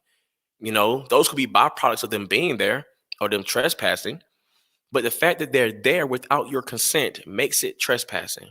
Now, I made this comment earlier on a Facebook post that, I mean, if you're walking down the street and you happen to stop and tie your shoe in someone's grass, I mean, no, I mean, I don't think you end up going to jail behind that, but the person they would have the right to come out there and tell you, hey, get off my lawn. And you could call them a jerk. You could say you can call them all kind of names, but they have the right to tell you, get off my lawn because you're trespassing. You're on my lawn. And I didn't tell you to be here. And you could stop, tie your shoe, you could top, just want to take a breath. Look at the neighborhood and everything else. That person has a right to come out and tell you, get off my property. You don't have my consent to be here. That alone shows it's unlawful. Not having the consent of the owner is an unlawful purpose. We don't have to get tied up in the terms. We don't have to get tied up in the terms, guys. The only lawful reason to be there is having the consent of the owner. I don't want to have to pick that dead horse a lot, but I hope that's that. Now, Dennis makes a good point. Thank you, Dennis. I hope you're still here. Dennis, thank you. Because this is what I've been hearing a lot, and I want to address this. If someone breaks the law, I don't have the sudden right to assault them or brandish weapons at them. But that's not what happened here. It's not what happened. Okay? And this is the thing. This is why that video was so important, guys. I want to play for you guys. And I really do hope. I know it's hard. I know it may be difficult for you guys to watch it again. I understand. And if you don't want to watch it again, I understand. But guys, this right here comes from this right here will come from not having understanding of what actually took place. They did not assault him because he broke a crime. because he broke the law.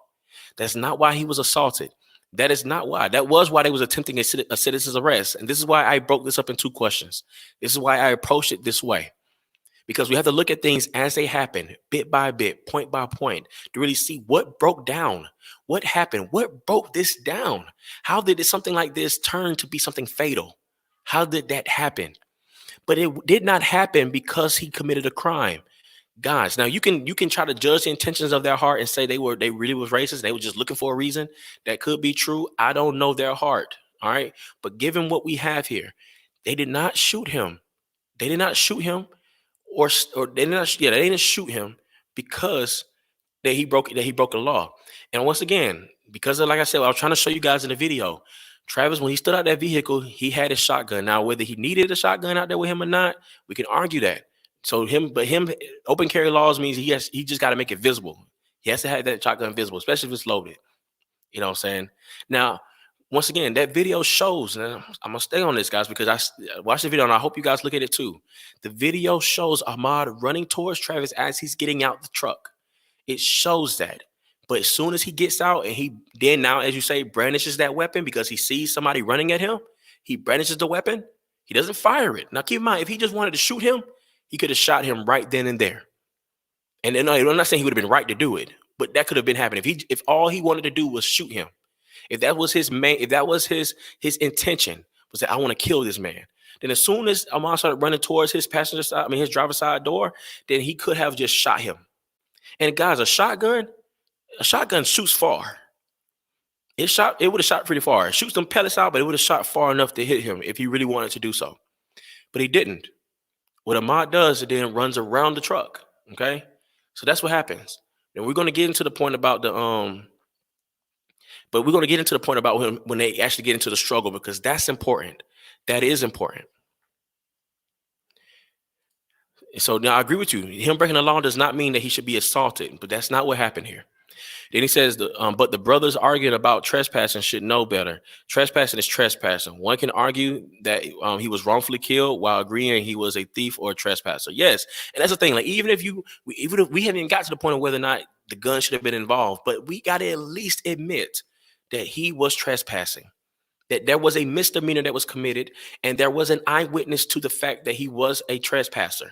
This was not somebody passing along the word. This is somebody was an eyewitness to what happened, and then gave immediate knowledge to the neighbors that this is what the guy was. This is who it is. Okay, this is what it is. This is immediate knowledge. This now gives them the right to make a citizen's arrest. Whether or not you would have done it yourself, or will you not have done it yourself, or whatever, that doesn't matter here. What matters is what happened. And according to their rights, what they have a right to do and what they don't have a right to do.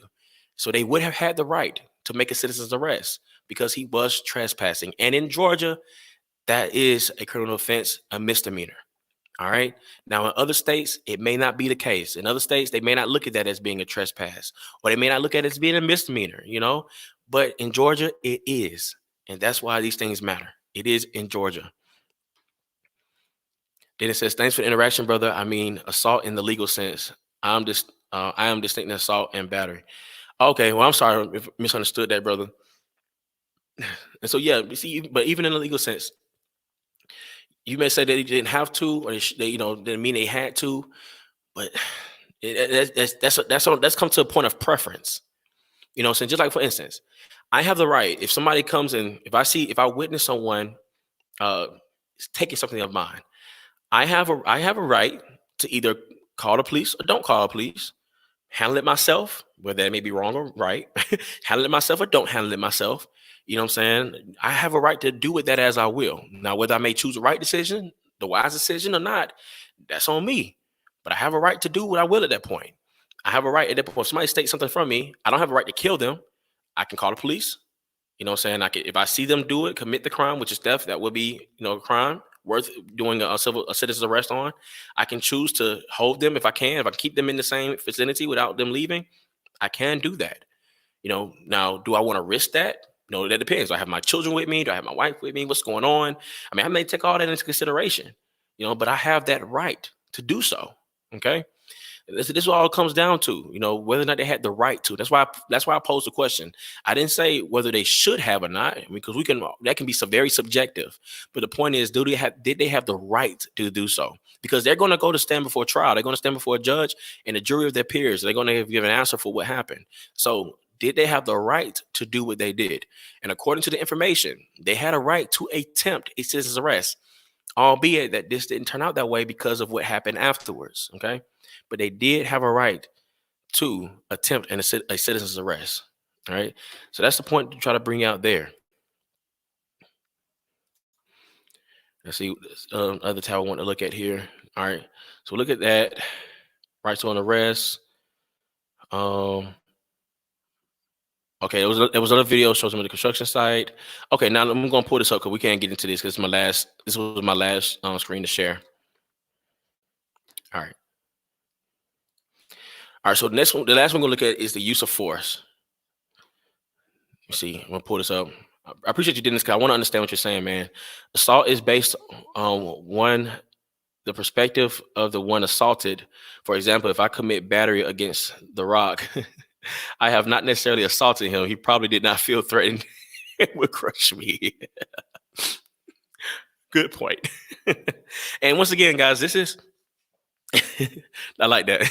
And once again, guys, this is the thing: if they and giving people the benefit of the doubt that they actually believe that he was carrying, then this is why they believe that they needed to have a weapon. You know what I'm saying? Given that fact, you know what I'm saying? If they believe that he could have had a weapon, but to be fair, according to the video, it wasn't like they were steady, like Travis was on the side of the road, already out the vehicle when Ahmaud was turning the corner, and he's like, "Stop, Negro, I'm gonna shoot you." Like that wasn't what was happening. All right. According to the police report, now this is just police report. We don't have video of this, but according to the police report, he put up alongside him, told him to stop. We just want to talk. He didn't. He wasn't listening. He wasn't trying to hear that, and which I don't blame him. Especially if he knows that, especially that we know that he was the one coming out of that house. He knows why they're trying to stop him, guys. This is no longer an issue of, oh, I'm just minding my business and these guys are trying to stop me and they got guns. Like, no, he knows he knows he was wrong. That's why he took off running like he did. He knows he was wrong. And he knows these guys called the cops. He knows the cops are on their way. He's trying to get away like anybody else would do. If I rob a store, I'm not going to try to stay there and wait for the police to come just because you tell me to stop. I'm going to get out of there. I'm going to try my best to get away. And that is what he was doing. He was trying to get away. So he wasn't trying to hear them talking about some stop. We want to talk to you. No, he already know what the deal is. He's trying to leave the scene. He's trying to get away. I get it. All right. But we can't paint this picture now that we can't no longer paint the picture that he's just, he's out of fear because he don't know what these men are going to do to him. Like, no, the police was called. Police was coming. All right. And then when the truck stopped, he ran towards the driver's side door. Now, whether or not he was going to attack Travis or not, we don't know because it didn't get to that point. But he wasn't running in that direction. He was going on the other side of the truck. Seeing Travis getting out the truck, he ran. He made a quick dash going towards Travis. But then when he saw him get that gun out and that shotgun got pointed at him, he went around the right side of that truck. He went on behind the truck. On the other side of the truck, and he kept going. He was like going on the side of the truck, and that was we saw that part. All right. So now that's where we are. Let's pause here. Let's not necessarily pause, but then now we can get into the part about the carry, and then everything else. Now in Georgia, I don't think I pulled that up. The carry laws. Now, according in Georgia, concealed carry, you need to have a permit. All right. If you want to keep a pistol, anything concealed on your person, you need a permit. All right. But to carry, you can carry a shotgun or a rifle, long barrel. When it's loaded, you can open carry, but you have to carry it at your side. Carry it at your side. It has to be seen. You can't hide that. All right. That's in Georgia. You know what I'm saying? So it's okay to open carry a shotgun. I don't recommend going down neighborhoods in Georgia carrying a shotgun. I don't do that. I have a shotgun. I will not walk down my neighborhood with a shotgun in my arm. I just won't do it. It won't be the wisest thing for me to do. Though I have the right to do it, I will not be doing it. Not because I'm black, just because it don't make sense. Why would I do that? Unless I plan on using it. I don't need to be doing that. Okay. And now in my vehicle, I have a right to carry it in my vehicle. So I can keep my guns in my vehicle and it's there. In Georgia, it's considered another part of your home. So I can carry it in my vehicle. Okay. So like that, we have the right to that. That is what's troubling about the law. Assault is inherently subjective. Yeah, it's why, and that's why I think that's why it takes a lot of time to get into all this information, man. It's important to get into the information to see, to make it more objective, where we stand on some actual concrete truth. All right. So anyway, so yeah, so in Georgia, it's okay to open carry. So Travis, whether you say it was wise or unwise, when he stood out that truck and he had his shotgun on him, which like I said, I told you earlier, guys, I told you an hour ago now, an hour ago, that if I was Travis, knowing that I know that my father has a 357, he's on the tailgate of the truck, he got my back. If we think he's armed, I'm gonna get out. Especially if I told him I just want to talk, I'm gonna get out, leave my shotgun in the truck, stop. Because once again, Ahmad is behind the truck at this point. I would stop and say, "Hey, stop, stop. The police on the way." That's what I would try to do. Like, "Hey, might as well stop, man. Police coming. Stop." You know what I'm saying? And he would have kept running. Now if he would try to attack me at that point or whatever, and it turns out that he has a gun on him, I'm gonna pray and hope that my father is quick with the draw. You know what I'm saying? That's just the hope. I'm just hoping that he is quick with the draw. All right, now we have a hand-to-hand fight. Unless I feel like I'm about to lose my life, then that's another thing. That's where the standing ground come in. We're gonna look at that law. All right. So anyway, now we get to the point where he's on the now. So we see Ahmad runs around on the right side of the truck, but then we see him dash in front of the truck. Now we don't see Travis here. So some people argue, which Samuel say from Slow to Right on .org, I believe. He made a claim. He made the point that he believes because of the way Travis was positioned on the road, that he thinks that Travis may have advanced towards Ahmad, which then provoked Ahmad to run in front of the truck to basically, hey, if you're gonna let me leave, I might as well fight. You know what I'm saying? Like, that's perspective he gives. I don't necessarily go with that, but that's another perspective. All right. So what we do see, I just go by what we do see. What we do see is Ahmad going the right side of the truck. Once again, I'm coming from the point that I've already seen Ahmad try to attempt to go at Travis once. My thing is, if he knows he got a gun on him, he knows he got a shotgun, and they're at an intersection, guys. It wasn't like a dead end road. They're at an intersection. Ahmad could have went around the right side of that truck. He could have went on down that other road or went into the next yard or whatever the case may be and just kept going. Could have. That ain't what he did. He may have felt like, hey, man, I done looted these guys twice. They're not going to let me go. They're not going to let me leave. I ain't got no choice but to sit here and try to just throw down. I'm going to get that gun from him. All right? That's what it comes down to. So Ahmad approaches. He makes that right. He makes that right towards the front of the truck. Next, you hear that gun fire off. All right? You hear it fire off.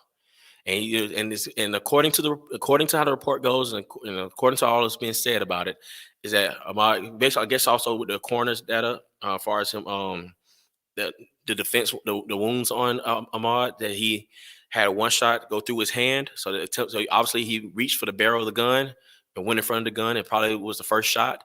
The second shot, it seemed like it shot towards like the lower part of his body, because they saw blood splatter go up, like the upwards position, as if blood splatter went up. I don't know how to stuff, but anyway, the second shot was in his hand. All right, so the first shot had to be through his hand, probably when he was reaching for the gun. All right, second shot, they was tussling over the gun, wrestling for the shotgun. Ahmad is throwing down. We see this video. Ahmad is punching. He's going for broke.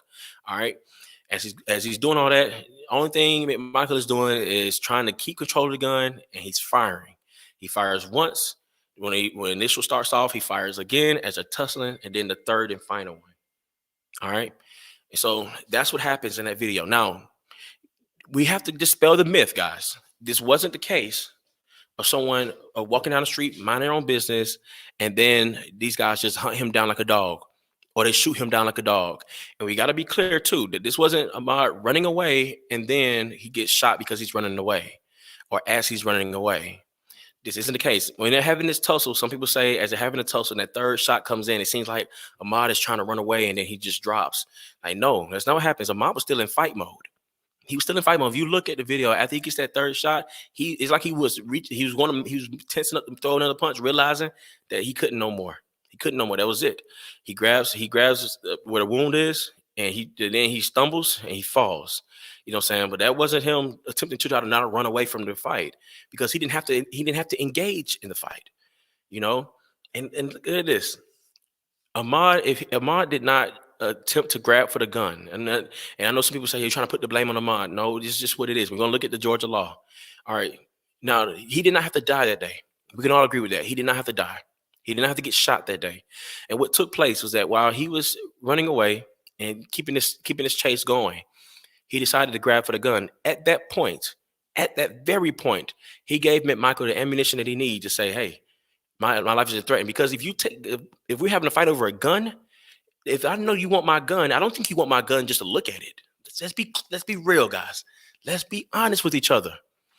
If somebody trying to take your gun from you, whether it be a shotgun or a pistol, they're not trying to take your gun from you. You're not going to assume they're going to just take your gun from you just to look at it and notice how good looking it is and hand it back to you. You know what I'm saying? You're not going to assume that. That's not to be assumed. And you're not going to assume that you're going to take the gun from you just to throw it down, disarm it like they do in the movies. That the guy, he gets the gun, he breaks it down and throws it down. No, we don't suspect that either. We don't assume that either. You know what I'm saying? He went for his gun. And at that point, it becomes dangerous. It becomes to a point where life, life threatening dangerous. And Ben says, but shotguns can shoot far. And that's the thing. That's the thing. Yes, he could shoot far. And so my thing is, if it was McMichael's intention to shoot Ahmaud, then he could have shot him from a distance. If the whole premise was he was coming down the road and he's trying to stop, and he's out his car with his shotgun pointed at him, then he could have shot him then. So if he didn't shoot, because he didn't shoot them then, and once again, the father of McMichael's on the back of the truck with Ahmaud coming from behind, he could have just easily took that 357 and shot him from a distance. That 357 would definitely go some distance. But he didn't do that. Neither one of them did that. No shots were fired until there was an attack done for the gun. Period. So if he would have gone another direction, gone down that road, the only thing that would have happened was they would continue to have a chase. Eventually, the police would have caught up, and then that would have been it. He would have had his life today. But because he went for the gun, this is what it was. He did not get shot for for trespassing on a construction property. Construction private property, mind you. He didn't get shot for that. And this is the lie that the media is portraying, guys, and we have to be honest with the truth. Agree or disagree whether or not they were wise in having the gun, if they should not have the gun, if he really wasn't unarmed, if he really wasn't armed and all that kind of stuff like that. Never mind all of that. Because the thing is, he didn't get shot for trespassing. He got shot because he attempted to take the gun away from McMichael. That's what happened. My homie, my best friend of mine, my best friend showed he teases me because like when we was younger, he had BB guns. I know we did some stupid stuff when we was young, man, but we had BB guns. And my homie, he would point the BB gun at me and he'd be like, "I'm gonna shoot you," and I'll be like, "Oh, you can get me," and I dodge and I go left and I go right and I'm coming at him, I'm coming for him, and I go left and I go right, and he'll shoot, he'll go boop. That thing catch me in my shoulder, bro. He like, he'll look at me. I did stupid stuff like that, guys. He said, "Man, wait, why you do that? I'm pointing at you. Why would you come at me when I'm pointing this at you?" And I'm like, "Hey, I could dodge the bullet. I could dodge it." But I simply wasn't fast enough. You know what I'm saying? But that's the thing. Why would you run at somebody who has a gun? So we were playing. I know it was a BB gun. I knew the worst it was going to make a mark on me. I knew it wasn't going to kill me. But if I knew somebody has a gun, and I know that I don't know if they got intentions for me, if I know they're just trying to catch me, whatever the case may be, I'm not going to run and try to take the gun. I'm not going to do that. You know what I'm saying? Like I'm going to try to get out of there. Man, if I think they're trying to kill me, there's neighbors' houses right there. Man, I'd be calling out, "Hey, they trying to kill me. They trying to kill me." That ain't what was going on either. Because Ahmaud wasn't trying to draw attention to himself. He knew he was wrong. He knew he was wrong. He was trying to leave the scene. That's all he was doing. He was trying to leave the scene. He could have easily, all around the neighborhood, "Hey, somebody help! Somebody trying to kill me." He could have, hey, that could have happened. Whether, like you say, he didn't trust the neighborhood, whatever the case may be, that could have been the case. Could have ran down the neighborhood, kept going. But he went for the gun. And because he went for the gun, that was a fatal mistake. That is what happened. And then, after the first shot was fired, went through his hand, Ahmaud didn't stop. And once again, now it's ensuing. He didn't stop. He kept fighting. His hand already done blown up, but he's keep going. Now it's adrenaline pumping. It's adrenaline rushing, moving fast. Right now, he ain't thinking about, "Oh man, I got shot. He means business. Let me go." Like, no. Now he's like he fighting for his life now because he felt like, okay, this man is going to shoot me, so let me keep fighting. And that's what he does. He's not trying to run away. He's fighting, and he's laying into him. He's throwing them right hands, and he's hitting him, Michael, all across the dome. He's hitting him, tearing him up, but he keeps firing a shot, and the last one goes. So no, this is why this is why he lost his life. It was not because he was trespassing. Do not let the media lie to you. This was not because he was trespassing, guys. We must be fair with the information. And then it says, but that simply shows no intent. Yes. Yes. And yes, people can be murdered without intent. So no, this was not this again. Yes, it does show that there was no intent. They didn't have intent to do so. But now, according to Georgia law, what do they have the right to do in a situation like this? And this is what we're going to look at. This is my last slide. We come up with 2 hours, guys. This is probably the longest time I've gone live and done a live stream. So I really do appreciate you guys sticking with me through all this. This was a lot to get through.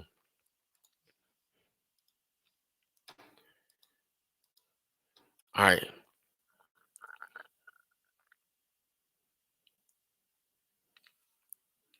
I'm gonna start from the top one here because there's a lot to read. All right. So use of force policy acknowledgement statement. The code Georgia 17420 states that an arrest for a crime may be made by a law enforcement officer either under warrant or without a warrant. So this goes into the fact of making an arrest. I don't know if that gets into talking about the citizen's arrest as well.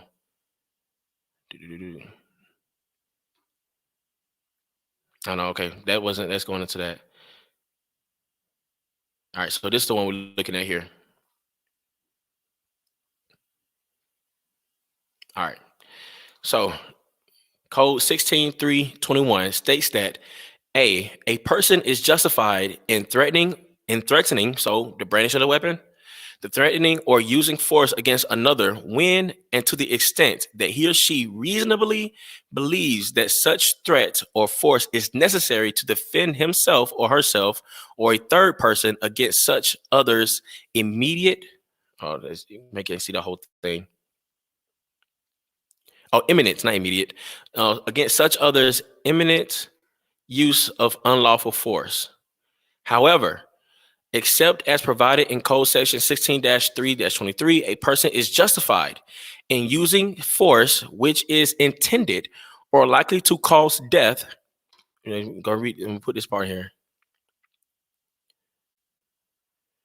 So in Code Section 16-3-23, a person is justified in using force which is intended or likely to cause death or great bodily harm only if he or she reasonably believes that such force is necessary to prevent death or great bodily injury to himself or herself or a third person, or to prevent the commission of a forcible felony.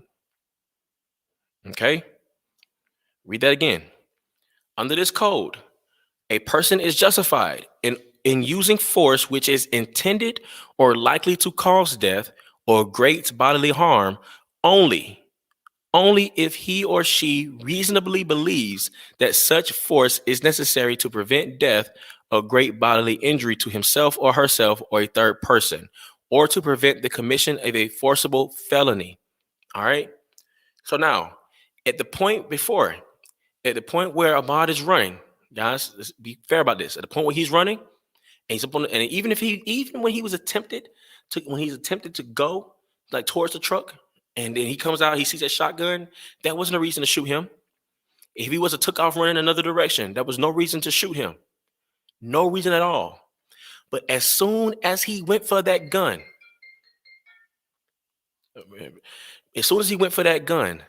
that gave the justifiable reason to cause death or great bodily harm. Because what happened? They reasonably believed that such force was necessary to prevent death or great bodily injury. What happens if you get my gun? What happens if you take my gun from me? This is to prevent that from happening. You're not going to get my gun and get the chance to shoot me with it. That is the thing. That is the thing, guys. Now, whether you agree with it or disagree with it, that's the law. Like I said, I mentioned this earlier. At the very least, what this is going to end up doing is cause Georgia to may look at their laws a little differently, to revise some things. It may. Not saying it will, but it may. But this is what happened. This is what happened. They reasonably believed up until this point, there was no reason to shoot him. No reason to shoot him. Up until the point where he reached for their gun. Same thing happened with police officers. Police officers, they pull up their weapon, right?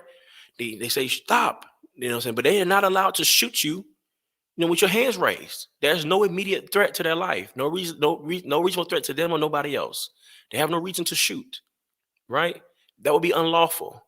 But if you reach for a police officer's gun, it can shoot you. Whether you get it in your hand or not, they can and will shoot you. And with the intention to kill you.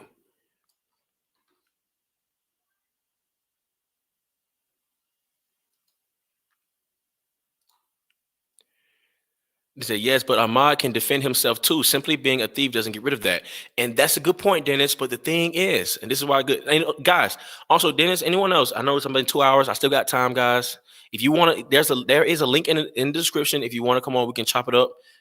You're on here as well, where we don't have to get through the comments. If you want to, anyone who's interested, you're welcome to do that.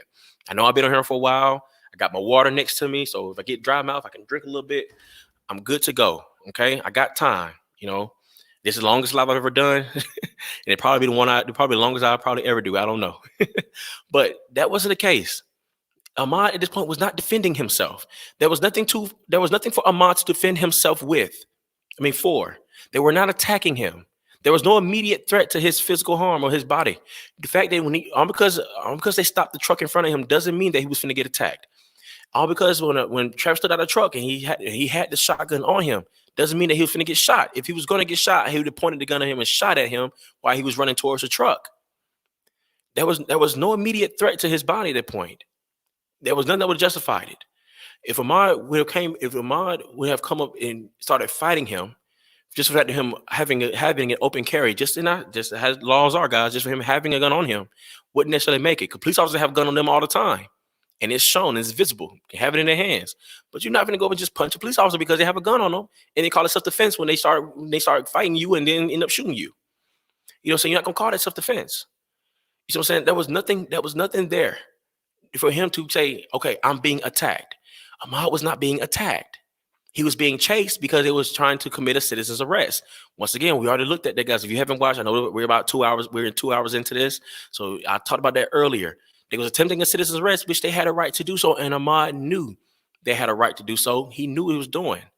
He knew it. That's why he didn't make a scene about it. He was trying to just get away because he knew he was in the wrong. That's all that was doing. And so there was no immediate threat to him. They already called the police. What sense would it make? What sense would it make for them to call the police and then shoot and kill him in cold blood? You know what I'm saying? Because just for him trespassing, they would have no right. They would have been charged with murder. If that was the case, guys, if all this was, and just call a spade a spade.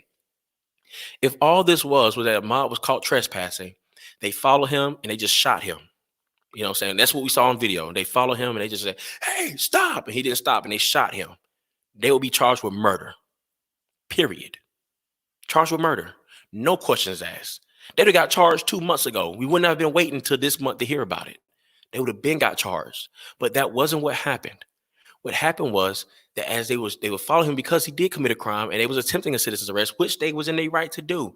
They came up, they approached him, they put alongside him, put up in front of him, blocked this way, not completely blocked this way, but they put up in front of him, attempted to get out, attempted to get him to stop. He would not stop. He went around, tried to fight him, tried to grab the gun. That's what got him shot. That's what got him shot. That's what happened. All right.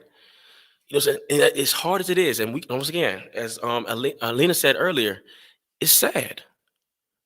That's sad. Arlena, sorry, I mispronounced your name. Arlena. It's sad.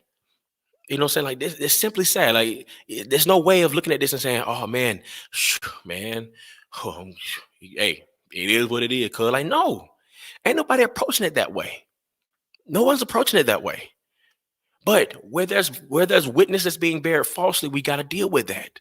We got to deal with that, especially when people are saying it's just because of racism. There is no evidence that this was because of racism. There's no evidence that these guys are racist. No clear evidence. I mean, they could be. It's a possibility that it could be racist, but we don't see that. You know what I'm saying? And it could be that this gave them an excuse. I mean, they very could well be racist. And they're like, you know what? We're racist. We tired of black people. Just let him come back again. Let him show up again at this house. We gonna chase him down, and we gonna chase him down. We gonna dare him to fight us. I mean, we gonna dare him to. We gonna provoke him. We gonna say everything we can to get him to try to fight us, and then shoot him. That could be very well the case. But when we look at the video, that video has audio. That wasn't what was being shouted at him. What was being shouted at Ahmaud was stop. Hey, stop, stop. But he didn't. He went around, he attempted to come back the way, went around the truck, then started killing in the fight. And you hear the father up there, whoa, Travis, Travis. You know, like, I mean, you could tell this is not what they was expecting to happen. This wasn't what they was expecting to happen. You know, it just happened that way. And then it says, that is why assault is an important concept. If Ahmaud is assaulted, then self-defense is a reasonable reaction. Exactly. Exactly. But then once again, it's like we have to show that he was assaulted. You know, I mean, was he truly assaulted? And like they followed him. They followed him. Keep in mind, like this wasn't like they followed him and like hot pursuit. They racing behind him. Even look at the video, the guy following the camera. You know, he ain't like he's overly speeding. You know what I'm saying? Like they just keeping track of him. He's running in the road. They just following him. He's trying to get away from him, but they're following him. You know, they ain't trying to run him over. You know what I'm saying? They're well within their rights. A citizen's arrest, preventing him from leaving the scene. That's what it is for a citizen's arrest. Keeping him from leaving the scene. They don't have a right to shoot you for a citizen's arrest. You know what I'm saying? But they have a right to try to keep you from leaving the scene. All right, when you committed a crime, when they have immediate knowledge, or have been an eyewitness to it. So they weren't an eyewitness to it. The McMichaels weren't an eyewitness, but they did have immediate knowledge of what took place. They had immediate knowledge. Arlene says that it's so true. We have to examine it properly, especially if we are believers. Especially if we are believers, because what the Bible says, truth is what matters. Jesus says, "I'm the way, the truth, and the life." Truth. All truth belongs to God. All truth. Ephesians 4:25. Let each of you speak truth, each one of you to his neighbor. For we are members of one to another. Speak truth. That's what matters here, guys. What the truth is. Not our emotions, but what the truth is. And as Christians, especially as Christians, we should be concerned with the truth is, aside from our emotions. And be real about this. When it comes to the gospel, guys, we know, man, we love our sin. We love our sin. And we know it don't feel good. It don't feel good to turn away from all those things all the time. We fight our flesh daily. But all because it doesn't feel good doesn't mean that there's a law that we abide by. God's law. You know what I'm saying? So it's like the law is the law, the rights are rights, you know. And that's what makes it so difficult, because I know everybody don't see it this way, and a lot of emotions are driving this thing. But that's reality of it, guys. Ahmaud Arbery did not get shot because he trespassed. He didn't get shot for trespassing. He didn't get shot because he's a black man. That's a lie. Please don't buy into the hype. Don't buy into the hype. You may not agree with Georgia laws, but the laws are the laws, and they're there for a reason. And at the end of the day, and this is why it's important to vote. And I don't disagree with Georgia's laws when it comes to guns. I think we should have a right to carry. I think we should have a right to open carry. You know, we should have a right to do all that. You know, I think the more we put restrictions on people having weapons, it makes it where we can less defend ourselves. So yeah, I mean, even Ahmaud, if Ahmaud was armed, he would have had a right. If he had a long barrel shotgun running down the road, I mean, he would have been in his right. It would have been unwise for him, but he would have had the right to do so. They couldn't shoot him because of that. They could not come shoot Ahmaud just because he had a shotgun on him. Call a spade a spade. You know, so that's the reality of the situation, guys. Then it says, I think the two were simply dim-witted and arrogant, no intent on the outset of murder, unless proven otherwise. And that's the key point, unless proven otherwise. But what we see here, I just don't see this as being murder. I don't see this being murder. At the very least, unless they just rule out the fact that they had immediate knowledge, they rule that out. At the very least, we're talking about manslaughter. But murder, no, because he reached for the gun. If Ahmaud didn't reach for the gun, if Ahmaud just simply approached, because once again, the thing says, how about to say the scripture? Y'all forgive me. I'm being real with y'all. That's all I'm going to say. I just catch myself. This text says that according to this code, if there is a threat of great bodily harm or death, then use of this force could be there. Use of deadly force can be there, but Ahmad just happened to walk up to you. That's not that's not cause to shoot him because he walks up to you. Him running at you, him running at you is not reason to shoot him. But when he reached for that gun, when he reached out his hand to that gun, guys, and tried to take that gun from him, that now caused a issue of imminent, imminent. I can't talk. Imminent danger. Imminent danger. So no, it's like that's the thing, man. So yeah, we can say that maybe Travis should have left the shotgun in the truck. Maybe that wouldn't have happened. But who's to say if he didn't have the gun, to have the shotgun, that Travis would have immediately tried to jump on him? And then we don't know. I mean, not Travis, but Ahmad would have tried to jump on him. But then his father would have been there to have the cover. You know what I mean? All these scenarios could have played out. It just didn't happen that way. It simply didn't happen that way. We can talk about what ifs and everything else, but what happened? What happened? You know, and that's simply what happened. With all this information that came out so far, it's impossible right now for me to conclude that these guys were acting in cold blood murder. That's a lie. That's bearing false witness. There's no evidence of that. And it says also multiple levels to examine this, not just us and state law. The Bible considers this blood guilt. Okay. Now, I mean, I was doing a show with Theology Mom. She came on early. She said she would watch later, and she mentioned about this too, about what does God's law say concerning these things. Now, you can make the argument that according to the law of God, that there was no reason to take his life because all he did was trespass. I mean, not trespass, because he didn't get shot for trespassing. Let's not bring it up again. He didn't get shot for trespassing, but he did try to take the person's weapon. Now, I don't know if it would be blood guilt for the fact that he at this point when he reached for the weapon, he's defending himself. I'm not clear on how that would be the case. If that would be murder. All right. Um that would not be a case of innocent blood being shed at that point with somebody trying to kill you and you because keep in mind, what would be the other case scenario of this? He reached for the gun, you let him take the gun, then you get shot. I mean, yeah, I mean you weren't the murderer, but this person now it comes to murder and now your life is gone. You know what I'm saying? Because you didn't defend yourself. You see what I'm saying? So I don't necessarily think that would come up a case of blood guilt, based off of scripture. I don't see that playing out. Because once again, I don't see this as a case of someone being innocent. Ahmad was not innocent here. You know what I'm saying? It's the thing. He was not innocent here. And I hate to put it bluntly like that, but I think that has to be made. A distinction needs to be made. He was not innocent. As soon as he reached for that weapon, as soon as he went towards him and reached for that weapon, he no longer became innocent. And the way God's law works is the punishment fits the crime. So him shooting Ahmad just for trespassing would not fit the crime. All right. That would be overkill. All right. And then him just approaching him would not be reason to shoot him. You know, that wouldn't be it. Exodus 22:2. I'm gonna pull it up. Unfortunately, it's gonna take a while for my logos to pull up, so I won't be able to show it on the screen, but I will pull up on my phone and read it for everybody. And we're gonna look at that.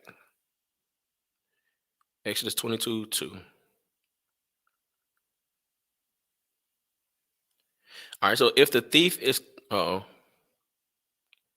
yes, cross politic did do it. Let me show the scripture. This put up the Exodus 22:2. That's what I'm looking at now. And then he posts cross policy addresses as well. Yes, they do address it. I hope they do it. I hope they address it again and do a follow up because I think when Chocolate Knox and them discussed it, and I watched a little bit of it today, they're coming from a perspective of without all this other information coming forward, And so they was coming from a point of thinking like this. Basically, he lost his life for trespassing, like he lost his life for committing this crime. And that's just not something that happens. So I hope they do a follow up on this. But they're not the only ones who look at it from that perspective. You know what I'm saying? So that's his case. But yeah. So the scripture says, I'm gonna start from verse 1 just to give context. If a man steals an ox or a sheep and slaughters it or sells it, he shall pay 5 oxen for the ox and 4 sheep for the sheep. Then it says verse 2. If the thief is caught while breaking in and is struck so that he dies, there will be no blood guiltiness on his account. But if the sun has risen on him, there will be blood guiltiness on his account. He shall surely make restitution. If he owns nothing, then he shall be sold for his theft. He shall be sold for his theft. I'm gonna read that again. If the thief is caught while breaking in and is struck so that he dies, there will be no blood guiltiness on his account. Okay, so the person who strikes him will not um, be guilty of blood. Okay, that's what I'm getting from this text. Dennis, is that what you pulling from this too, man? Because that's what I'm seeing here. If the thief is caught while breaking in and is struck so that he dies, there will be no blood guiltiness on his account. But if the sun has risen on him, there will be no blood guilt. There will be blood guiltiness on his account. He shall surely make restitution. If he owns nothing, then he shall be sold for his theft. I'm just trying to see what that theft comes in at, because it looks to me that if a person waits a day, if they wait, they wait a day to come back to say and to kill this person who stole something, then he shall make restitution. There will be blood guiltiness, and he should be sold for his theft. I guess for taking his life. That's what I'm thinking about. Of that's what I'm seeing from the text. But that verse 2 shows me that if a person is caught stealing and does get killed, there will be no blood guiltiness on his account. That's what I'm seeing there. So if that is true, what I'm saying here, Dennis, let me know when you're hearing this, man. I want to make sure I'm getting the point you're making here, because what I'm saying here from this text is that actually, according to God's law, then it will be justifiable that if the person was stealing something, they'll be deaf. They can be killed for that. Now, I don't think that's relevant for the situation, to be fair, because he didn't take anything. He was just trespassing. Now I don't know what, and once again, he wasn't killed. He wasn't struck so that he dies for trespassing.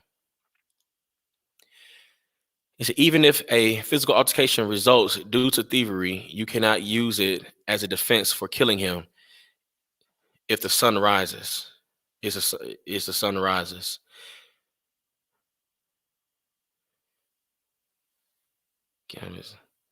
Okay, so yeah, so what I'm saying is, okay, so yeah, so if he's struck, if the sun rises, what I'm saying is, I don't necessarily see that. If he said, even if a physical altercation results due to thievery, you cannot use it as a defense for killing him if it's the sunrise or if the sun rises. That's what I'm thinking you meant to say, if the sun rises. So what I'm saying from the text there is whether or not a fight breaks out, but it's not the same day that he took it. There's not the same moment in which he took it. Then there will be blood guiltiness on your part. But if it was at that moment, he's caught stealing, then there will be no blood guiltiness if he's killed. All right. Now, once again, I just want to say this once again for anybody who's watching to this point, who watch the replay. I don't think this point is trying to make the point for what's going on here, because Ahmaud did not steal anything. Even on the surveillance footage that we have of him inside the construction house, he was not taking anything, and the other footages of him inside that home was not him taking anything. He was just hanging out there, just trespassing, simply trespassing. Now, like I said, right now we don't know if he took anything. It may come out later that he may have taken something in the past. Maybe, but right now, as far as the situation goes, he was just trespassing. He was where he shouldn't have been, and he's been there multiple times. And so this time they take it upon themselves to commit a citizen's arrest, to attempt a citizen's arrest. All right. But he did not die. He did not get shot. I'm going to say that again.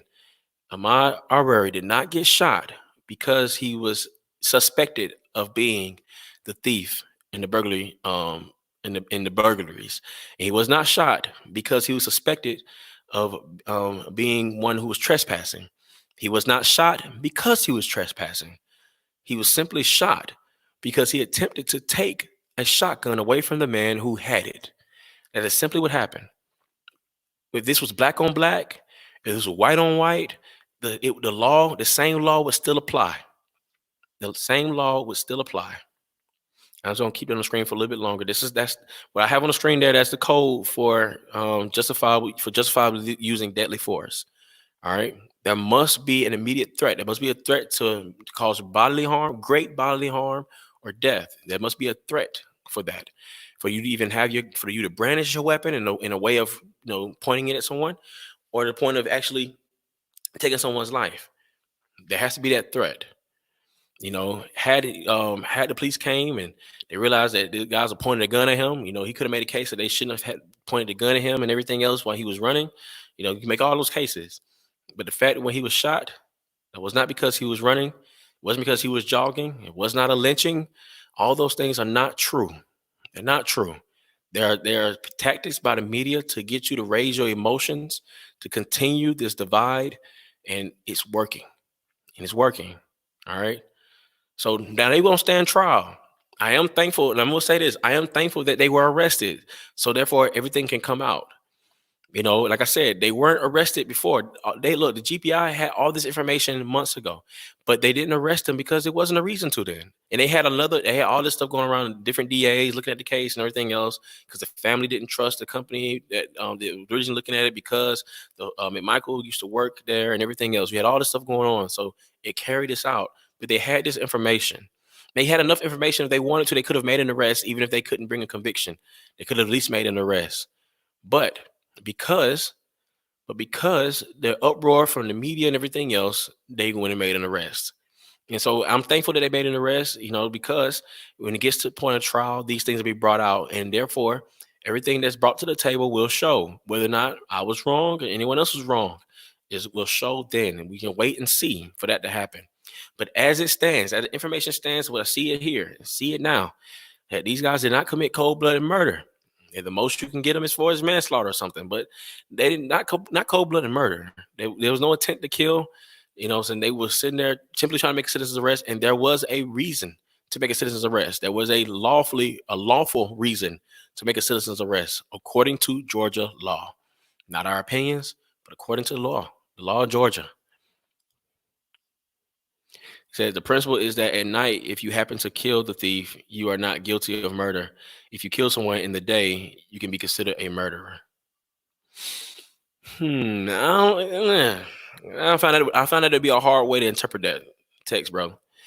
And that's not me trying to be evasive of it. Let me read your next comment. At night, the thief is reasonably a greater threat. It is difficult to tell intent if the person is armed or is trying to escape. I get all that. But I get the principle of this text isn't the fact that whether you kill somebody in the day versus the night. I would need more scriptural evidence for that. Because in the text, just murder is murder, whether you kill them in the day or at night. But see, and when I see in this text, and I'm reading from the NASB, and maybe from a different version you're reading, maybe you're reading a different version that I'm reading. I can read that version too. But the NASB, the way it reads, if the thief is caught while breaking in and is struck so that he dies, and keep in mind this context is somebody stealing an ox or a sheep or something like they're stealing something. All right. So we say if the person is caught while breaking in and is struck so that he dies, there will be no blood guiltiness apart on his account. It doesn't give us, the time of day or whether it was at night or was it during the day. It's just period. If he's caught while breaking in and is struck so that he dies, there'll be no blood guiltiness on his account. Then verse 3 says, but if the sun has risen on him. So it doesn't say if the sun is out, if it's daytime. And I'm not trying to be smart. Don't take me as being trying to be a smart act. I'm not trying to be the way. This is how I break down stuff. So forgive me if it comes off like that, but that's not how I tend to be. But it says if the sun has risen on him, there will be blood guiltiness on his account. Oh, 22:2. And so I'm gonna look at so I can pull up the interlinear.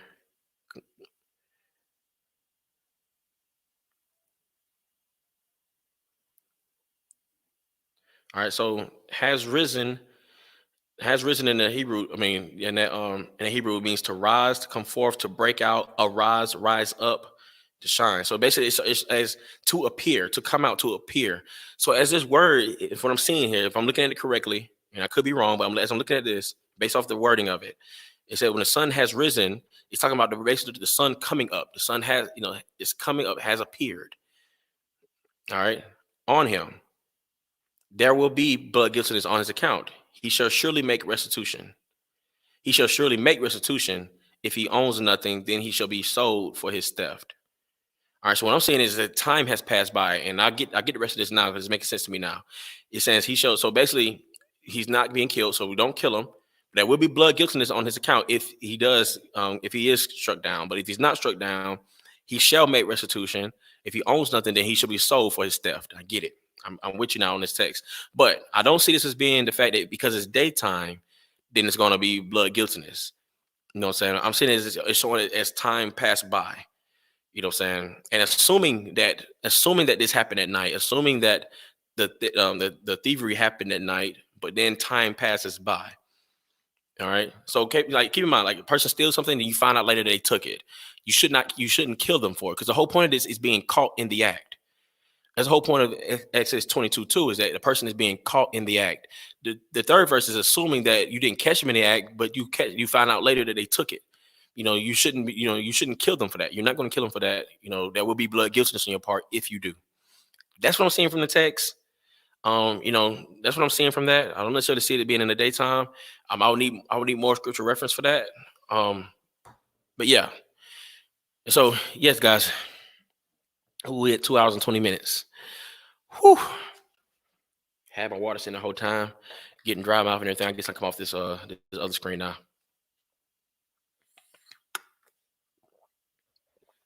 Good old gallon of water.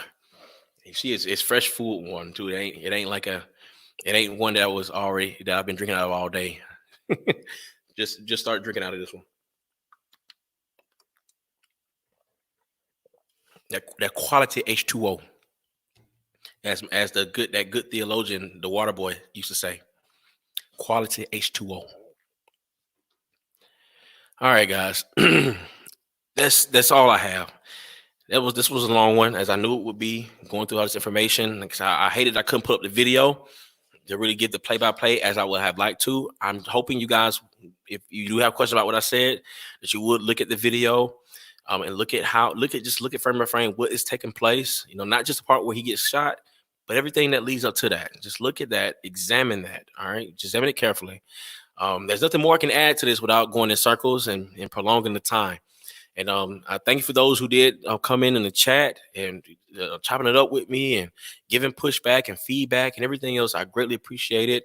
I would have liked to have somebody come on and we could chop it up on here via audio, but I understand how it is. We get busy and everything else, and so I definitely understand. But I did want to have the opportunity there for people to do that if they wanted to, and so.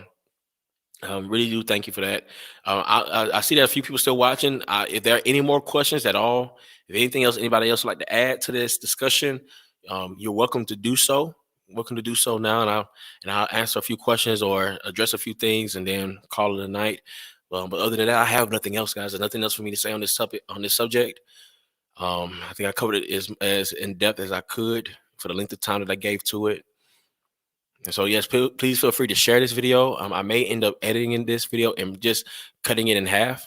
It's an hour and 22 minutes. So I may make 2-hour-long videos out of this. I don't want to do like a 4-part thing on it. Just make it in 2 parts. I may just leave the whole thing here. It's just 2 hours and 20 minutes long. I may just leave it as it is. But yes, but please share it. Please share it. Let this spark conversation. Peaceful conversation, civil conversation. Even if you disagree, notice, keep in mind, all things have not been made known to us yet, and things are still developing as time goes. So just wait and see. Just wait and see. And like Dennis said earlier, it could be the fact they were dim with it. I mean, this what happened in the Trayvon Martin case. I did a video discussing this. If you want to check that out, I did a video discussing that as well, breaking down that case. Like Zimmerman, there's no evidence that he was racist, but he was just, to me, I look at that, he was unwise. He was definitely unwise. Just, there was no reason.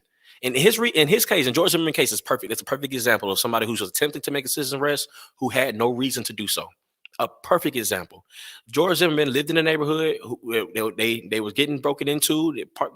Places were being burglarized and vandalized and stuff like that.